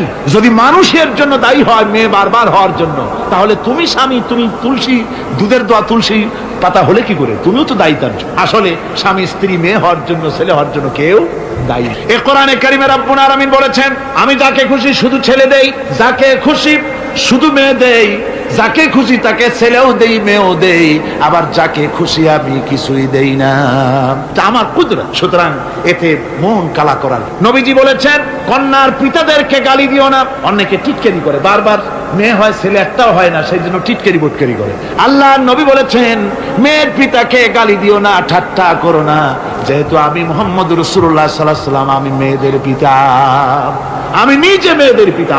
খবরদার মেয়েদের পিতাকে গালি দিও না। রাসূলুল্লাহ বলেছেন, আকাশের নিচে জমিনের উপরে খাদিজার মতো মহিলা আর নাই। সেই হযরতে খাদিজা রাসূলের 4টি মেয়ে পেটে ধারণ করেছিলেন। সুবহানাল্লাহ। মেয়ের প্রতি রাসূলুল্লাহ যথেষ্ট মহব্বত করতেন, মেয়েকে খুব ভালোবাসতেন হুজুর সাল্লাল্লাহু আলাইহি ওয়াসাল্লাম। হুজুরের কলিজার টুকরা ছিলেন মা ফাতিমা রাদিয়াল্লাহু তাআলা আনহা। হুজুর যখন কোথাও যেতেন, সকলের শেষে দেখা করতেন ফাতেমার সঙ্গে, আর বিদেশ থেকে সফর করে এসে সকলের আগে দেখা করতেন ফাতেমার সঙ্গে। সুবহানাল্লাহ। রাসূলুল্লাহ আরো বলেছেন, তোমরা যখন বাজারে যাবে বা ব্যবসা করতে যাবে বা বিদেশে যাবে, আসার সময় যে সব হাদিয়া নিয়ে আসো। আমরা যখন বাইরে যাই, বাজারে যাই, কিছু হাদিয়া আনি না? জামা কাপড়, চকলেট ইত্যাদি আমরা আনি। রাসূলুল্লাহ বলেছেন, হাদিয়াগুলি তোমরা যারা বিদেশে যাও, বাজারে যাও, হাদিয়া আনবে, আর এনে ঘরের মধ্যে ঢুকে তা শুরু করবে মেয়েকে দিয়ে। প্রথমে দেবে মেয়েকে। সুবহানাল্লাহ। মেয়ের মর্যাদা ইসলামে সব চাইতে বেশি। কোন যুগে? যে যুগে মেয়ে হলে পরেই মাটির নিচে ঘিরে রাখতো, আছাড় মেরে বের ফেলে দিত। কোন অপরাধে তাদেরকে হত্যা করা হলো? আল্লাহ পাক কোরআনে কারীমে, তাদের অপরাধ আর কিছু না, তারা নারী, এই জন্য তাদেরকে মেরে ফেলা হতো। রাসূলুল্লাহ তাদের ইজ্জত দিলেন। সুবহানাল্লাহ। রাসূলুল্লাহ সম্মান দিলেন, ইজ্জত দিলেন তাদের। কন্যা হিসাবে নারীর এই মর্যাদা। ফাতেমাকে রাসূল এত ভালোবাসতেন, ইন্তেকালের সময় হযরত ফাতেমা কাঁদতে কাঁদতে বেহুশ হয়ে যাওয়ার উপক্রম হয়ে গেল। রাসূলুল্লাহ হযরত ফাতেমাকে ইশারা দিলেন, হযরত ফাতেমা তার কান নিয়ে রাসূলুল্লাহর বুকের কাছে লাগাই দিলেন। আল্লাহর নবী কি যেন বললেন কানে কানে, হযরত ফাতেমার কান্না বন্ধ হয়ে গেল। হযরত আয়েশা বলেন, মা রাসূলুল্লাহ তোমার কানে কানে কি বললো আর তোমার কান্না বন্ধ হয়ে গেল? হযরত ফাতেমা বলেন, ইয়া আম্মা জান, আমার আব্বা আমার কানে কানে বলল, মা ফাতেমা তুই কাঁদিস না, তোর কান্না আমার বরদাস্ত হয় না, তোমাকে কাঁদতে হবে না, আমি তোমাকে সুসংবাদ দিয়ে যেতেছি, আমি মরে যাওয়ার পর সর্বপ্রথম তোমার সাথে আমার দেখা হবে। রাসূলুল্লাহর এই ভবিষ্যৎবাণী হযরত ফাতেমা বুঝতে পেরেছেন যে হুজুরের ইন্তেকালের পরে আমার বেশি দেরি হবে না, আমিও তাড়াতাড়ি হুজুরের সাথে শামিল হতে পারবো। হুজুরের ইন্তেকালের 6 মাস পরেই হযরত ফাতেমা রাদিয়াল্লাহু তাআলা আনহা ইন্তেকাল করেছেন। কন্যা হিসেবে নারীর মর্যাদা ইসলাম অনেক অনেক গুণে বাড়িয়ে। এই কন্যা শিশু, কৈশোর, যৌবন পেরিয়ে যখন যৌবনে তার বিয়ে হয়ে যায়, আল্লাহ রাব্বুল আলামিন তখন বলেন, ওয়া মিন আয়াতিহি আন খালাকা লাকুম মিন আনফুসিকুম আজওয়াজান লিতাসকুনু ইলাইহা ওয়া জাআলা বাইনাকুম মাওয়াদ্দাতান ওয়া রাহমা। আল্লাহ পাক বলেন, আমার নিদর্শনের ভিতরে এটিও একটি নিদর্শন যে আমি তোমাদের থেকে তোমাদের জোড়া তৈরি করেছি, তোমাদের স্ত্রীদেরকে তৈরি করেছি, তোমাদের সাথে তোমাদের স্ত্রীর ভালোবাসা সৃষ্টি করেছি, মহব্বত সৃষ্টি করেছি। এই মহব্বত আমি আল্লাহ তৈরি করেছি। আর যখন বুড়ো হয়ে যায় মানুষ, স্বামী স্ত্রী যখন বুড়ার বুড়ি হয়, তখন আর ভালোবাসা থাকে না, তখন ওই ভালোবাসা সহৃদয়তার করুণায় আমি আল্লাহ পরিণত করে দেই। বুড়ার জন্য তখন বুড়ি ছাড়া আর উপায় নাই, বুড়িরও আর বুড়া ছাড়া উপায় নাই। তখন ভালোবাসা কোনো বিশেষ কোনো অক্ষণীয় ভালোবাসা নয়, তখন একের উপরে অন্য একদম নির্ভরশীল হয়ে পড়ে। আল্লাহ পাক বলেন, এই অবস্থা আমি আল্লাহ সৃষ্টি করে দেই। সুবহানাল্লাহ। আল্লাহ পাক বলছেন, নারীদের উপরে, নারীদের সাথে, স্ত্রীদের সাথে ভালো ব্যবহার করো। তার কোন ব্যাপারে যদি মনটা তোমার কখনো খারাপ হয়, কোরআন শরীফের মধ্যে আল্লাহ পাক বলে দিয়েছেন পরিষ্কার করে যে কখনো তার সাথে খারাপ ব্যবহার করো না। যদি কখনো মন খারাপ হয়, তাহলে চূড়ান্ত কোনো সিদ্ধান্ত নিতে যেও না, বরং তোমার জীবনে ওই স্ত্রীর অনেক অবদান আছে, সেসব কথা মনে করে এই সামান্য কিছু ভুলে যাও। আল্লাহ চান স্বামী স্ত্রীর মহব্বত টিকে থাকুক। আল্লাহ পাকের কাছে তালাক হচ্ছে ঘৃণিত, সবচাইতে ঘৃণিত হালাল হচ্ছে দুইটা, একটা হচ্ছে ভিক্ষাবৃত্তি আর একটা হচ্ছে তালাক। আল্লাহ পাক নারীকে বলেছেন, নারী আর পুরুষকে বলেছেন যে তোমরা হচ্ছে হুন্না লিবাসুল লাকুম ওয়া আনতুম লিবাসুল লাহুন, তোমরা পরস্পরের জন্য পোশাক পরিচ্ছদের মতো অঙ্গাঅঙ্গি ভাবে একের উপরে অপরের পরিপূর্ণ অধিকার তোমাদের রয়েছে। এই অধিকারের ভিত্তিতে, ভালোবাসার ভিত্তিতে জীবন গড়ার জন্য আল্লাহ পাক বলেছেন। তারপরে তার অর্থনৈতিক অধিকার তাকে দিয়েছে। আল্লাহ পাক মহারানাকে ফরজ করে দিয়েছেন। মহারানা কি করেছেন? ফরজ করে দিয়ে, মহারানা ফরজ। এই ফরজকে একটা ট্র্যাডিশন হিসেবে গ্রহণ করা হয়। বড় লোকেরা শোনায়, মেয়ের বিয়ে কত, বিয়েতে মহারানা কত হয়েছে, বলে যে 11,07,373 টাকা 75 পয়সা। আদায় করে না মোটেও, বিরাট একটা অঙ্ক শুনাই দিল মানুষদের। আমার ভাইয়েরা জেনে রাখুন, মহারানা তো বাঁধতে হবে ফরজ, মহারানা আদায় করতে হবে। এই মহারানার টাকা যদি আদায় করা না হয়, স্ত্রী যদি স্বেচ্ছায় স্বামীকে মহারানা মাফ করে না দেয়, তাহলে কিয়ামতের দিন আল্লাহর দরবারে ওই স্বামীকে জিনাকারের কাতারে দাঁড়াতে হবে। জোরে বলেন নাউজুবিল্লাহ। মহারানার টাকা আপনি দিয়ে দিবেন। ওই মহারানার টাকা দিয়ে স্ত্রী যদি লক্ষ কোটি কোটি টাকার মালিক হয় ব্যবসা করে, তারপরেও স্ত্রীর সুখ, শান্তি, রোগ, শোক, খাওয়া পড়া সবকিছুর দায়িত্ব কার? স্বামীর। সুবহানাল্লাহ। নারীর অধিকার কত বেশি ইসলাম দিয়ে। একটা মহিলা নির্বাচিত কলাম একটা বই লিখেছে, আমি ওই মহিলার নাম নিতে চাই না, আমার ঘৃণা করে। এই মহিলা লিখেছে যে রাসূলুল্লাহ বলেছেন পৃথিবীর সমস্ত জিনিস হচ্ছে ভোগের সামগ্রী, তার মধ্যে শ্রেষ্ঠ ভোগের সামগ্রী হচ্ছে নারী। নাউযুবিল্লাহি মিন যালিক। এমন কথা রাসূল বলেন। রাসূল বলেছেন, আদ-দুনিয়া কুল্লুহা মাতাউন ওয়া খায়রুল মাতাউদ দুনিয়া ইমরাতুস সালিহা। হুজুর বলেছেন পৃথিবীর সবকিছুই সম্পদ, এই সম্পদের মধ্যে শ্রেষ্ঠ সম্পদ হচ্ছে ন্যায়পরায়ণা নারী, সচ্চরিত্রা নারী, শ্রেষ্ঠ সম্পদ, নিয়ামত। আর সেইটারে বানাইছে ভোগের। আয়াত হাদিস তার ইচ্ছে মতো ব্যাখ্যা করেছে। সে লিখেছে যে এতদিন পুরুষ নারীকে ধর্ষণ করেছে, নারীদের কি হলো?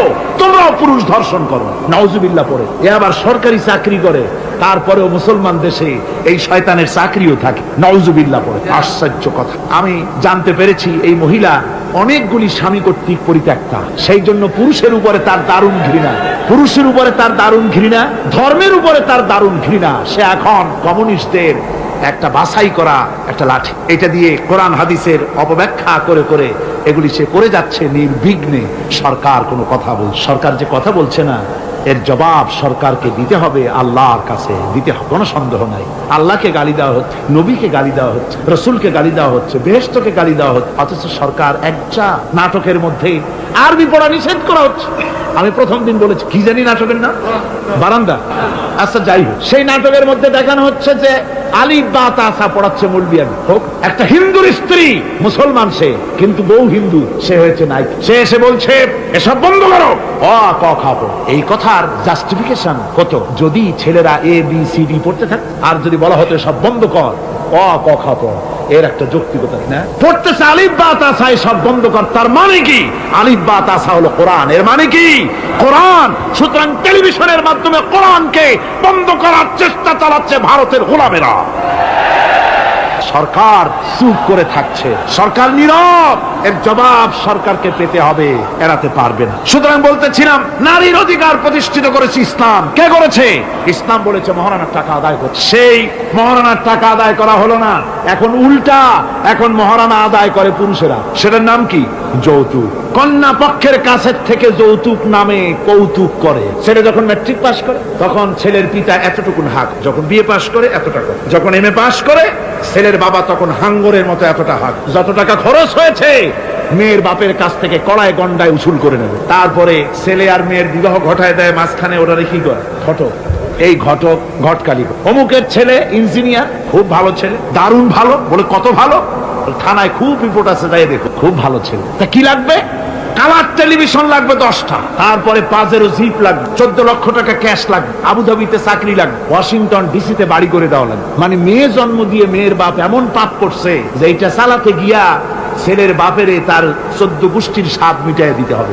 এমন ছোট লোক, এমনই ছোট লোক কন্যার পিতার কাছ থেকে সাইয়ে সাইয়ে আদায় করে নেয়। এর চাইতে ভিক্ষুক, এর চাইতে খয়রাতি, এর চাইতে ছোট লোক আর কেউ হতে লজ্জা করা উচিত, শরম করা উচিত, মনে করা উচিত ওই লোক তো তার কলিজার টুকরাটাই আমাকে দিয়ে দিল। 16 বছর 20 বছর লালন পালন করে কলিজার টুকরা মেয়েটাই তো আমাকে দিয়ে দিচ্ছে, আবার টেলিভিশন চাই কেন? ঘটক যা কন্ট্রাক্ট করলো যদি তার থেকে কিছু কম হয় বিয়া ভাঙ্গে যায়, তাহলে বোঝা গেল কি মেয়ে বিয়ে করলো না টেলিভিশন বিয়ে করলো? তাহলে মেয়েটে বাদ দিয়ে টেলিভিশন কিনে তাই নিয়ে ঘুমাও। নাউজুবিল্লাহি মিন যালিক। কপাল পোড়া মুসলমান। অমুসলমান যৌতুক মুসলমানদের জন্য দাবি করে আদায় করে নেওয়া জায়েজ নাই। আপনারা আমাকে জবাব দেন, শূকরের মাংস খাওয়া মুসলমানের জন্য কি? পায়খানা খাওয়া মুসলমানের জন্য কি? মনে রাখুন, শূকরের মাংস আর পায়খানা খাওয়া মুসলমানদের জন্য যেমন হারাম, যৌতুকের একটা সুতা দাবি করে আদায় করা ঠিক সেরকম হারাম। চিটাগং এবং চট্টগ্রামের বাইরের থেকে আগত মুসলমানেরা, আমি জিজ্ঞেস করতে চাই, যাদের ছেলে আছে যৌতুক নামের এই অপদার্থ কৌতুক মানবতার সাথে এই প্রহসন আদায় করে দাবি করে যৌতুকের টাকা গ্রহণ করার মতো শূকরের মাংস পায়খানা আপনারা খাবেন? জোরে বলেন খাবেন? যারা ছেলের পিতা আছেন কোরআনের মাহফিলে হাত উঁচু করে আমাকে দেখাতে হবে, কন্যা পক্ষের কাছ থেকে দাবি করে একটা সুতা আদায় করবেন না। কারা তারা? হাত উঁচু করে দেখান, হাত উঁচু করে রাখতে হবে। আলহামদুলিল্লাহ, হাত নামান, হাত নামান। আমি বলেছিলাম ছেলেদের পিতারা হাত তুলবে, কিন্তু বাচ্চা ছেলেরাও হাত তুলে ফেলেছে। অসুবিধা নাই, সব শিশুরা ঘুমিয়ে আছে, কি জানি লক্ষ পিতা লক্ষ শিশু ঘুমিয়ে আছে, হ্যাঁ সব শিশুদের অন্তরে। কাজে এই শিশুরাই একদিন পিতা হবে, তখন যেন আল্লাহ এই ওয়াদাটা তাদের মনে করায় দেন। জোরে কোন আমিন, জোরে বলেন আমিন। আপনাদের জানা মতে যদি যৌতুক কেউ আদায় করে টের পান, সালাম দিবেন না, তার সঙ্গে সামাজিক বয়কট করবেন, যেহেতু সে নারী নির্যাতনকারী। ঠিক কিনা বলেন? মা বোনেরা সম্মানের পাত্র, তাদেরকে বিয়ে করবেন সম্মান দিয়ে। আপনি টাকা দিয়ে বিয়ে করবেন, আপনাকে পয়সা দেওয়া হবে কেন? শ্বশুর যদি ইচ্ছে করে আপনাকে একটা কলম দেয়, শেরওয়ানি কাপড় দেয়, এই তো আবার থালাবাটি গড়ি দিতে হবে, তুমি কি খয়রাতি? সম্মান থাকা উচিত, পার্সোনালিটি থাকা উচিত। শ্বশুরের টাকা দিয়ে বড়াই করবে, শ্বশুরের টাকা দিয়ে বাড়ি করবা, চাকরি করবা, লজ্জা করে না মুসলমান? নারী জাতির সম্মান আল্লাহ দিয়েছেন। কে দিয়েছেন? স্ত্রীকে রাসূলুল্লাহ কত ভালোবাসতেন। আল্লাহর নবী বলেছেন, আমার কাছে 3টা জিনিস প্রিয়, একটা হচ্ছে সুগন্ধি, একটা হচ্ছে নামাজ, আর একটা হচ্ছে স্ত্রী। সুবহানাল্লাহ, স্ত্রী আমার কাছে প্রিয়। হুজুর বলেছেন, তোমাদের মধ্যে সেই ব্যক্তি উত্তম যে ব্যক্তি তার স্ত্রীর কাছে উত্তম। আমি আমার স্ত্রীদের কাছে উত্তম ব্যক্তি। সুবহানাল্লাহ। রাসূলুল্লাহ স্ত্রীকে কত ভালোবাসতেন। বিশ্ব নবী রাজনৈতিক কর্মকাণ্ড চালাচ্ছেন, যুদ্ধের দামামা বাঁচতেছে, চতুর্দিকে কত অশান্তি, সবকিছু চলছে, স্ত্রীর হক আদায় করতে ভুলে যান। রাতের বেলায় হযরত আয়েশার বয়স কম, তাকে নিয়ে রাসূলুল্লাহ একটু সুযোগ পেয়েছে, বলছেন আয়েশা সব তো ঘুমিয়ে, চলো আমরা একটু দৌড়াই। ওই যে দূরে একটা জিনিস দেখা যায়, দৌড় দাও, দেখি কি আগে যায়। দুজনে দৌড় প্রতিযোগিতা করলেন। দৌড় প্রতিযোগিতায় হযরত আয়েশা ফার্স্ট হলেন, হুজুর পিছনে পড়ে। হযরত আয়েশা খুব আনন্দ করলেন যে আপনি কিন্তু আমার সাথে দৌড়ে পারলেন। পরবর্তী কিছু কাল যাওয়ার পর হযরত আয়েশা বলেন, হুজুর আজকে আবার বললেন যে চলো আয়েশা একটু দৌড়াই। হযরত আয়েশা বলছেন যে সেদিনের তুলনায় আমার শরীর একটু, আমি মুটিয়ে গেছি, শরীরটি স্থূল হয়েছে, আমি আজকে দৌড়ালাম কিন্তু পারলাম না, রাসূল আগে চলে গেলেন। আমি হাঁপাতে হাঁপাতে যখন হুজুরের কাছে চলে গেছি, হুজুর তখন মুস্কি হেসে আমাকে বললেন, আয়েশা ওই সেই দিনের জবাব আজকে দিয়া দিলাম। সুবহানাল্লাহি বিহামদিহি, সুবহানাল্লাহি বিহামদিহি। বিশ্ব নবী কত বড় আদর্শ বিশ্ব মানবতার জন্য। তিনি বলেছেন আরাফাতের ময়দানে, রাসূলুল্লাহ বলেছেন তোমরা যেমন পড়বে তোমার স্ত্রীদেরকে তেমন পড়াবে, তোমরা যেমন খাবে তোমার স্ত্রীদেরকে তেমন খাওয়াবে, স্ট্যান্ডার্ড মেনটেন করবে। তুমি ভালো দামের কাপড় পরবে, স্ত্রীকে খারাপ দিবে তা নয়। অধিকার দুজনেরই সমান, স্বামী এবং স্ত্রী সমান অধিকার। কিন্তু আমরা তা বুঝতে পারি না, বুঝতে চাই না। আমরা অনেকে মনে করেছি বিয়ে যখন করছি তখন আমি তো নওয়াবজাদা নসরুল্লাহ খান আর বউ তো কেনা দাসী। না, সে কিন্তু দাসী, তার মর্যাদা আছে, তার সম্মান আছে, তার সম্মান আপনাকে দিতে হবে। রাসূলুল্লাহ দিয়েছেন, আপনাকেও দিতে। রান্না বান্না হতে দেরি হয়, কত গালাগালি শুনতে হয় নারীকে। আল্লাহর নবীর স্ত্রী হযরত আয়েশা বলেছেন, আল্লাহর নবী কাজ করে, মানুষের সঙ্গে কথা বলে, রাষ্ট্রীয় দায়িত্ব পালন করে, ঘরের ভিতরে সে যখন দেখেছেন রান্না হতে দেরি আছে, রাসূলুল্লাহ বিরক্ত হন নাই, ভুরু কুঞ্চিত করেন নাই, চোখ মোটা করেন নাই, আমাকে কোনো কথা শোনার নাই, বরং আমার কাছে বসে রান্নায় আমাকে সহযোগিতা করেছে। সুবহানাল্লাহ। এই হলো আল্লাহর রাসূল, এই হলো বিশ্ব নবী। স্ত্রীর সঙ্গে কি মহব্বত! সুবহানাল্লাহ। হুজুর মহব্বত করতেন স্ত্রীদেরকে। রাসূলুল্লাহর ঘরে দৌলত ছিল না, কিন্তু মহব্বত দিয়ে ভরা ছিল ঘরটা। হুজুরের ঘরে ফ্রিজ নাই, এসি নাই, হুজুরের ঘরে কার্পেট নাই, হুজুরের ঘরের মধ্যে জাজির নাই, তোশক নাই, বড় বড় কম্বল নাই, আরামের কোন জিনিস নাই, মডার্ন ইকুইপমেন্টস কিচ্ছু নাই, দৌলত কিন্তু মহব্বত দিয়ে ঘরটা ভরা। হযরত আয়েশা বলেছেন, আমি পানি পান করে, যখন আমি পানি পান করে গ্লাস রেখে দিতাম, আল্লাহর নবী তখন গ্লাসের সেই জায়গায় ঠোঁট লাগাতেন যেখানে আমি ঠোঁট লাগায়া পানি পান করেছি। আমি গোশত চিবোতাম, রাসূলুল্লাহ আমার হাত থেকে গোশত টুকরা নিয়া সেই জায়গায় চিবোতেন যেখানে আমি চিবয়েছি। সুবহানাল্লাহ। আমার ভাইরা, রাসূল তার স্ত্রীদেরকে মহব্বত করতেন, স্ত্রীরাও রাসূলকে মহব্বত করতেন দারুণ ভাবে। একবার হযরত আয়েশা সিদ্দিকা রাদিয়াল্লাহু তাআলা আনহা হুজুরকে গোসল করাতে ছিলেন, মাথার উপরে পানি ঢালতেছেন, হুজুর একটা চোখের উপরে বা একটা তক্তার উপরে বসা আছে। গোসলের পানির ভিতরে রাসূলুল্লাহ দেখতে পেলেন রক্তের মতো কি যেন প্রবাহিত হয়ে যাচ্ছে। হুজুর জিজ্ঞেস করেন, আয়েশা রে, পানির ভিতরে রক্তের মতো কি দেখা যায়?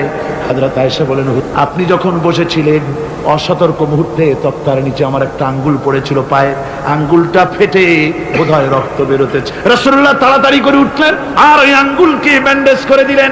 রাসূলুল্লাহ বললেন, আয়েশা রে, আঙ্গুল ফেটে গেছে, একটু আহাহু পর্যন্ত করলে না, এতক্ষণ তুমি কষ্ট করলে কেন?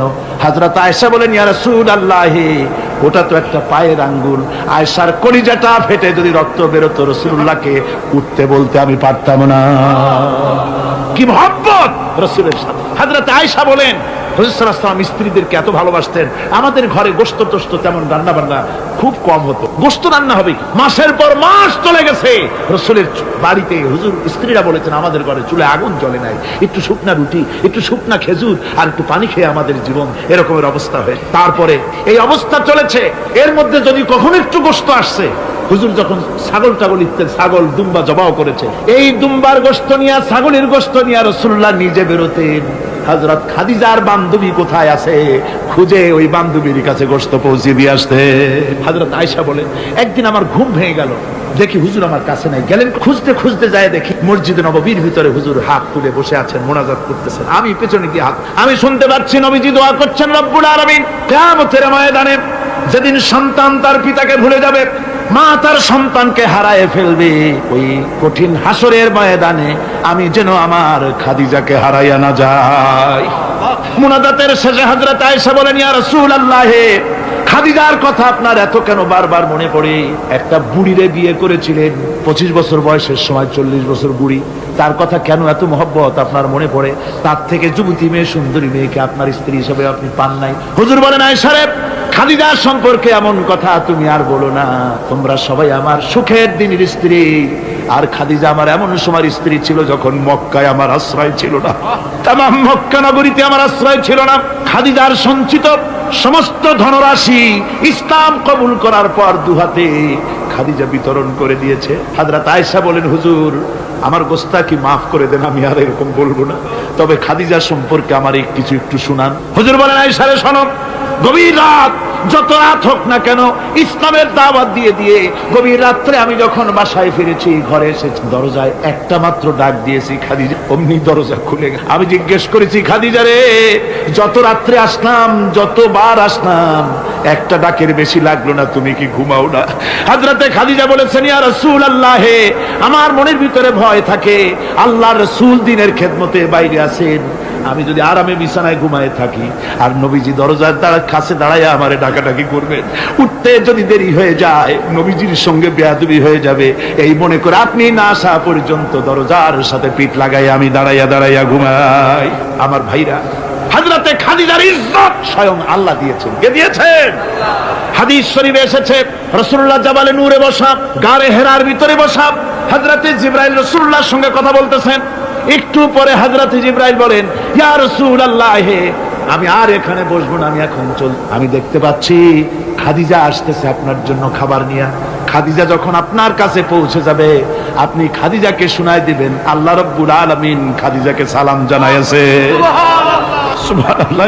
রাসূলুল্লাহর কাছে হযরতে খাদিজা যখন আসলেন, হুজুর বললেন, খাদিজা, আজকে তোমার জন্য দারুণ সুখবর। বলে কি? বলে আল্লাহ পাক, জিবরাইল কেবল উঠে গেল আমার কাছ থেকে, জিবরাইল বলে গেল আল্লাহ তোমাকে সালাম বলেছে। হযরত খাদিজা কেঁদে ফেললেন, বললেন, ইয়া রাসূলুল্লাহ, আমার নারী জন্ম সার্থক, আল্লাহ আমাকে সালাম বলেছে, এর জবাব কেমনে দিতে হয় হুজুর আমি তো জানি না, আপনি আমার পক্ষ থেকে আল্লাহর সালাম কিভাবে দেওয়া লাগে আপনি দিয়ে দিন, আমি তো বুঝি না কেমনে আল্লাহর সালামের জবাব। হুজুর বললেন, খাদিজা, শুধু আল্লাহ নয়, জিবরাইলও তোমাকে সালাম বলে গেছে। হযরতে খাদিজা বললেন, হযরত জিবরাইলকে আমার সালামের জবাবটা ওয়ালাইকুমুস সালাম বলে। হযরত খাদিজার এই মর্যাদা ছিল। আমার ভাইরা, রাসূল পাক সাল্লাল্লাহু আলাইহি ওয়াসাল্লাম এভাবে মহব্বত করেছেন স্ত্রীদেরকে। সুতরাং স্বামী স্ত্রীর মহব্বত আল্লাহর জান্নাতি নিয়ামত। কিসের নিয়ামত? যে ঘরের মধ্যে স্বামী স্ত্রীর মধ্যে মিল মহব্বত আছে, এটা বেহেশতের মতো, আর যেখানে মিল মহব্বত নাই, এটা জাহান্নামের মতো। ঠিক কি? সুতরাং মহব্বত করুন, বেশি বেশি স্যাক্রিফাইস করুন, বেশি বেশি স্যাক্রিফাইস। নারীদের ব্যাপারে বলা হয়েছে, পুরুষকে বলা হয়েছে অধিকার আদায় করো, সব ব্যাপারে সমান অধিকার, কিন্তু নারীকে একটা ব্যাপারে বলা হয়েছে, নারী শোনো, পুরুষের মর্যাদা তোমার চাইতে আল্লাহ রাব্বুল আলামিন বেশি দিয়েছেন। আর রিজালু কাওয়ামুনা আলান নিসা, নারীদের উপরে পুরুষের প্রাধান্য আল্লাহ পাক দান করেছেন। একদিন একজন সাহাবী বলেছিলেন, ইয়া রাসূলুল্লাহ, জঙ্গলি উট দেখলাম আপনার পায়ের উপরে সেজদায় পড়ে গেল, আপনি যদি আমাদেরকে অনুমতি দিতেন না, আপনাকে আমরা সেজদা করতাম।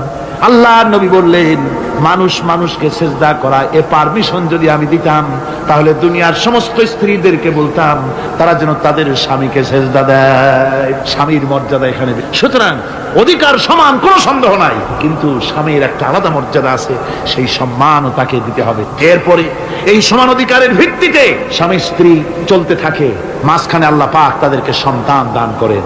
আল্লাহ তাদেরকে, নারীকে লেখাপড়ার অধিকার দিয়েছেন, ইসলাম তাকে লেখাপড়ার অধিকার দিয়েছে, শিক্ষার অধিকার দিয়েছে। হযরত আয়েশা সিদ্দিকা রাদিয়াল্লাহু তাআলা আনহা শিক্ষয়িত্রী ছিলেন, হাফেজা ছিলেন, হাদিসের হাফেজা ছিলেন, কোরআনের হাফেজা ছিলেন, হাজার হাজার সাহাবায়ে কেরামদের তিনি ওস্তাদ ছিলেন। সুবহানাল্লাহ।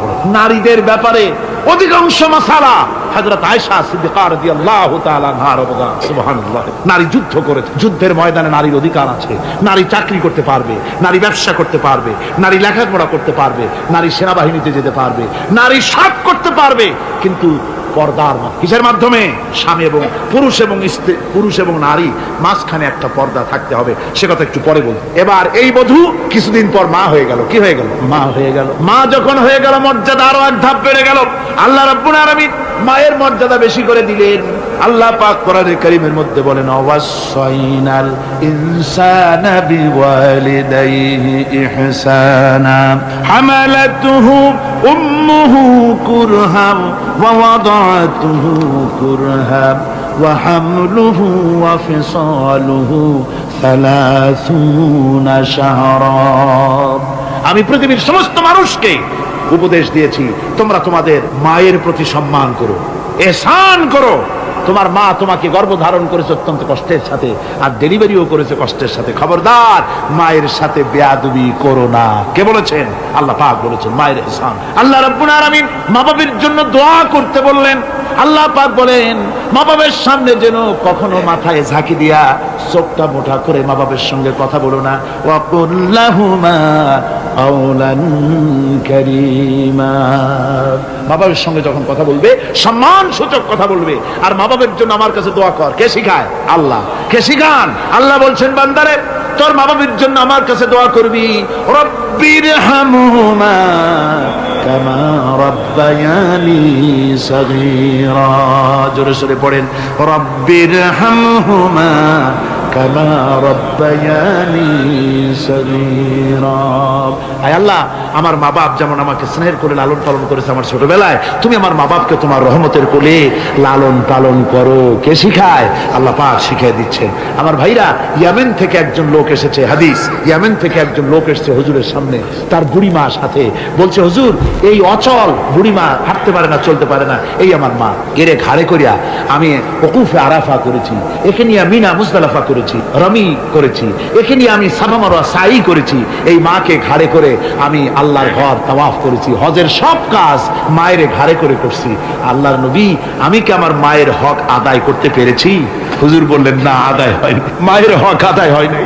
অর্থাৎ বুকের চামড়া দিয়ে মায়ের পায়ের যদি স্যান্ডেল তৈরি করে দেওয়া হয়, এক ফোঁটা দুধের হক আদায় হবে না। সেই মায়ের সঙ্গে নাফরমানি হচ্ছে, বেয়াদবি হচ্ছে, বইয়ের কথার মতো মায়ের সাথে দুর্ব্যবহার করা হচ্ছে। আমার দেশগুলো হচ্ছে না? হচ্ছে। মা কোথায় পড়ে আছে কোনো খোঁজ নাই, খবর নাই, তার জন্য কোনো ভালো খাবার ব্যবস্থা, কাপড় চোপড় নাই। বন্ধুদের জন্য সব আছে, মায়ের জন্য নাই, বাপের জন্য। মা তো বুড়ি হয়ে গেছে, এখন আর মা নাই। বাপ তো বুড়ো হয়ে গেছে, কামাই করতে পারে না, এখন আর বাপ নাই, এখন হয়ে গেছে বুড়ো।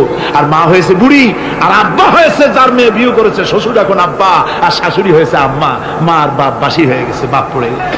আমার বন্ধুগণ শুনে রাখুন, আল্লাহর নবী বলেছেন তিনজনের দোয়া আল্লাহর কাছে অব্যর্থভাবে কবুল হয়ে যায়। মুস্তাজাবুদ দাওয়াত তিনজন, মুসাফিরের দোয়া কবুল হয়, মজলুমের দোয়া কবুল হয়, আর মা বাপ যদি সন্তানের জন্য দোয়া করে অবশ্যই সে দোয়া আল্লাহর দরবারে মঞ্জুর হয়ে যায়। সুতরাং মা বাপের খেদমত করতে হবে, মহব্বত করতে হবে।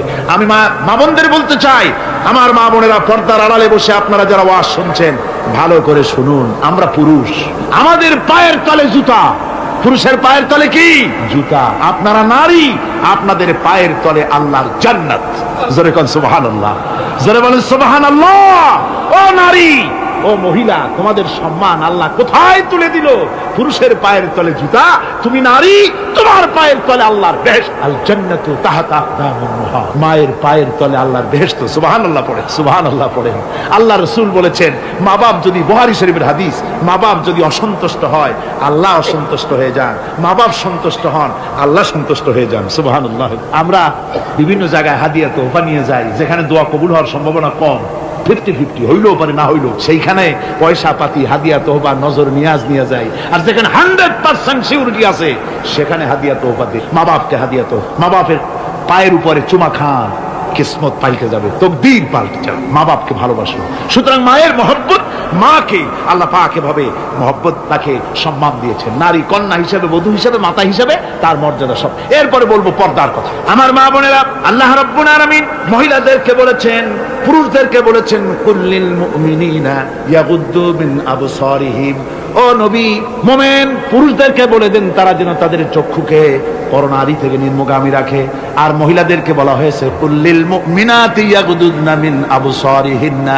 ও মুমিনা মহিলারা, তোমরা যেন তোমাদের চক্ষুকে পর পুরুষ থেকে যেন নিম্নগামী রাখো। এটা আল্লাহর হুকুম। কার হুকুম? আল্লাহর হুকুম। পর্দায় থাকতে আল্লাহ বলেছেন, আল্লাহ পাক বলেছেন ওয়াকারনা ফি বুয়ুতিকুন্না ওয়ালা তাবাররাজনা তাবাররুজাল জাহিলিয়াতুল উলা। খবরদার, তোমরা জাহালাতের যুগের মতো ঠাক ঠামক নিয়ে চলাফেরা করো না। তোমরা মানুষকে তোমাদের সৌন্দর্য বিকশিত করে দেখায়ও না। কোরআনে কারীমের সূরা নূরে বলা হয়েছে প্রত্যেকটি বয়সপ্রাপ্ত নারী এমন একটা চাদর পরবে যে চাদর পরলে তার মাথা, তার গলা, তার বুকটা ঢেকে যাবে। এরকম একটা চাদর পরা ইসলাম কি করেছে? ফরজ করে দিই। আল্লাহ পাক ফরজ করেছেন, কি করেছেন? ফরজ করে দিই। মা বোনেরা, আপনারা মেহেরবানি করে এমন একটা চাদর পরবেন। আজকাল ওড়না আছে ঠিকই, কিন্তু ওড়না যে অর্থে ব্যবহার করতে বলা হয়েছে ওই অর্থে নাই। এখন ওড়না মেয়েরা অনেক ক্ষেত্রে মাফলারের মতো গলায় ঝুলাই রাখে, গামছার মতো ঝুলাই রাখে, এরকমের জন্য ওড়না ব্যবহার করতে বলা হয় নাই। ওড়না হলো মাথাটা, গলাটা, বুকটা ঢেকে যায় এবং একটু পুরু হতে হবে। পাতলা মশারির তেনা দিয়ে ওড়না বানাইলে হবে না, সেটা একটু পুরু হতে হবে, শালীন হতে হবে, মার্জিত হতে হবে। আমি একটি কথা আপনাদের বলি, এই বাংলাদেশে আজ পর্যন্ত যত নারীর মুখে এসিড পড়েছে, এসিড পড়ে নাই নারীর মুখে? বখাটের ছেলে যুবতী মেয়ের উপরে আকৃষ্ট হয়ে তাকে বিয়ের প্রস্তাব দিয়েছে বা কুপ্রস্তাব দিয়েছে, সে প্রত্যাখ্যান করেছে, পরে তার মনের ঝাল মিটাবার জন্য মুখে এসিড মারছে। আপনারা বলেন এমন কোন ঘটনা জানেন কিনা যে বোরখা পরিহিতা কোনো মেয়ের মুখে এসিড পড়েছে? জানা আছে কিনা আপনাদের? না, বলতে পারবেন বোরখা পরা মেয়েদের উপর এগুলি হয় নাই। কারণ হলো সে আল্লাহর হুকুম রক্ষা করেছে। যে বোরখা পরেছে, চাদর পরেছে, সে কার হুকুম রক্ষা করেছে? ওই মহিলা আল্লাহর হুকুম রক্ষা করেছে। এবার আল্লাহর দায়িত্ব হয়েছে তার শরীর, তার ইজ্জতকে হেফাজত করা। মেয়েরা যদি ঠোঁটে রং লাগায়া, মাথার চুল খোলা রেখে রাস্তায় ঘুরে, রিক্সাওয়ালা পর্যন্ত ডাকে ভাবি সাহেব, দোকানে গেলে দোকানদার কয় আপা, আর যদি বোরখা পরা থাকে যে দেখে সেই কয় খালাম্মা, চাচি আম্মা, সম্মান করে কথা বলে, ঠিক কিনা কর? সুতরাং আমার মা বোনের, আপনাদের সম্মান আপনারা বজায় রাখুন, আপনার মেয়েদের মর্যাদা আপনারা বাড়ান। আপনারা হচ্ছেন হযরতে খাদিজার উত্তরসূরি, সুমাইয়ার উত্তরসূরি, হযরতে খাওলার উত্তরসূরি, হযরতে আয়েশার উত্তরসূরি। এই বাংলার জমিনে আপনাদেরকে জিহাদের ময়দানে আসতে হবে ইনশাআল্লাহ। সবাই বলেন ইনশাআল্লাহ। পুরুষের পাশাপাশি বাংলাদেশেও মহিলারা বোরখা পরিহিতা হয়ে আল্লাহর দ্বীন কায়েমের জন্য যদি প্রয়োজন হয়, হাজার হাজার মহিলা রাস্তায় মিছিলে বের হবে ইনশাআল্লাহ। সময় আসতে তরুণ, যুবক, মা বোন সবাইকে এই জিহাদে অংশগ্রহণ করতে হবে।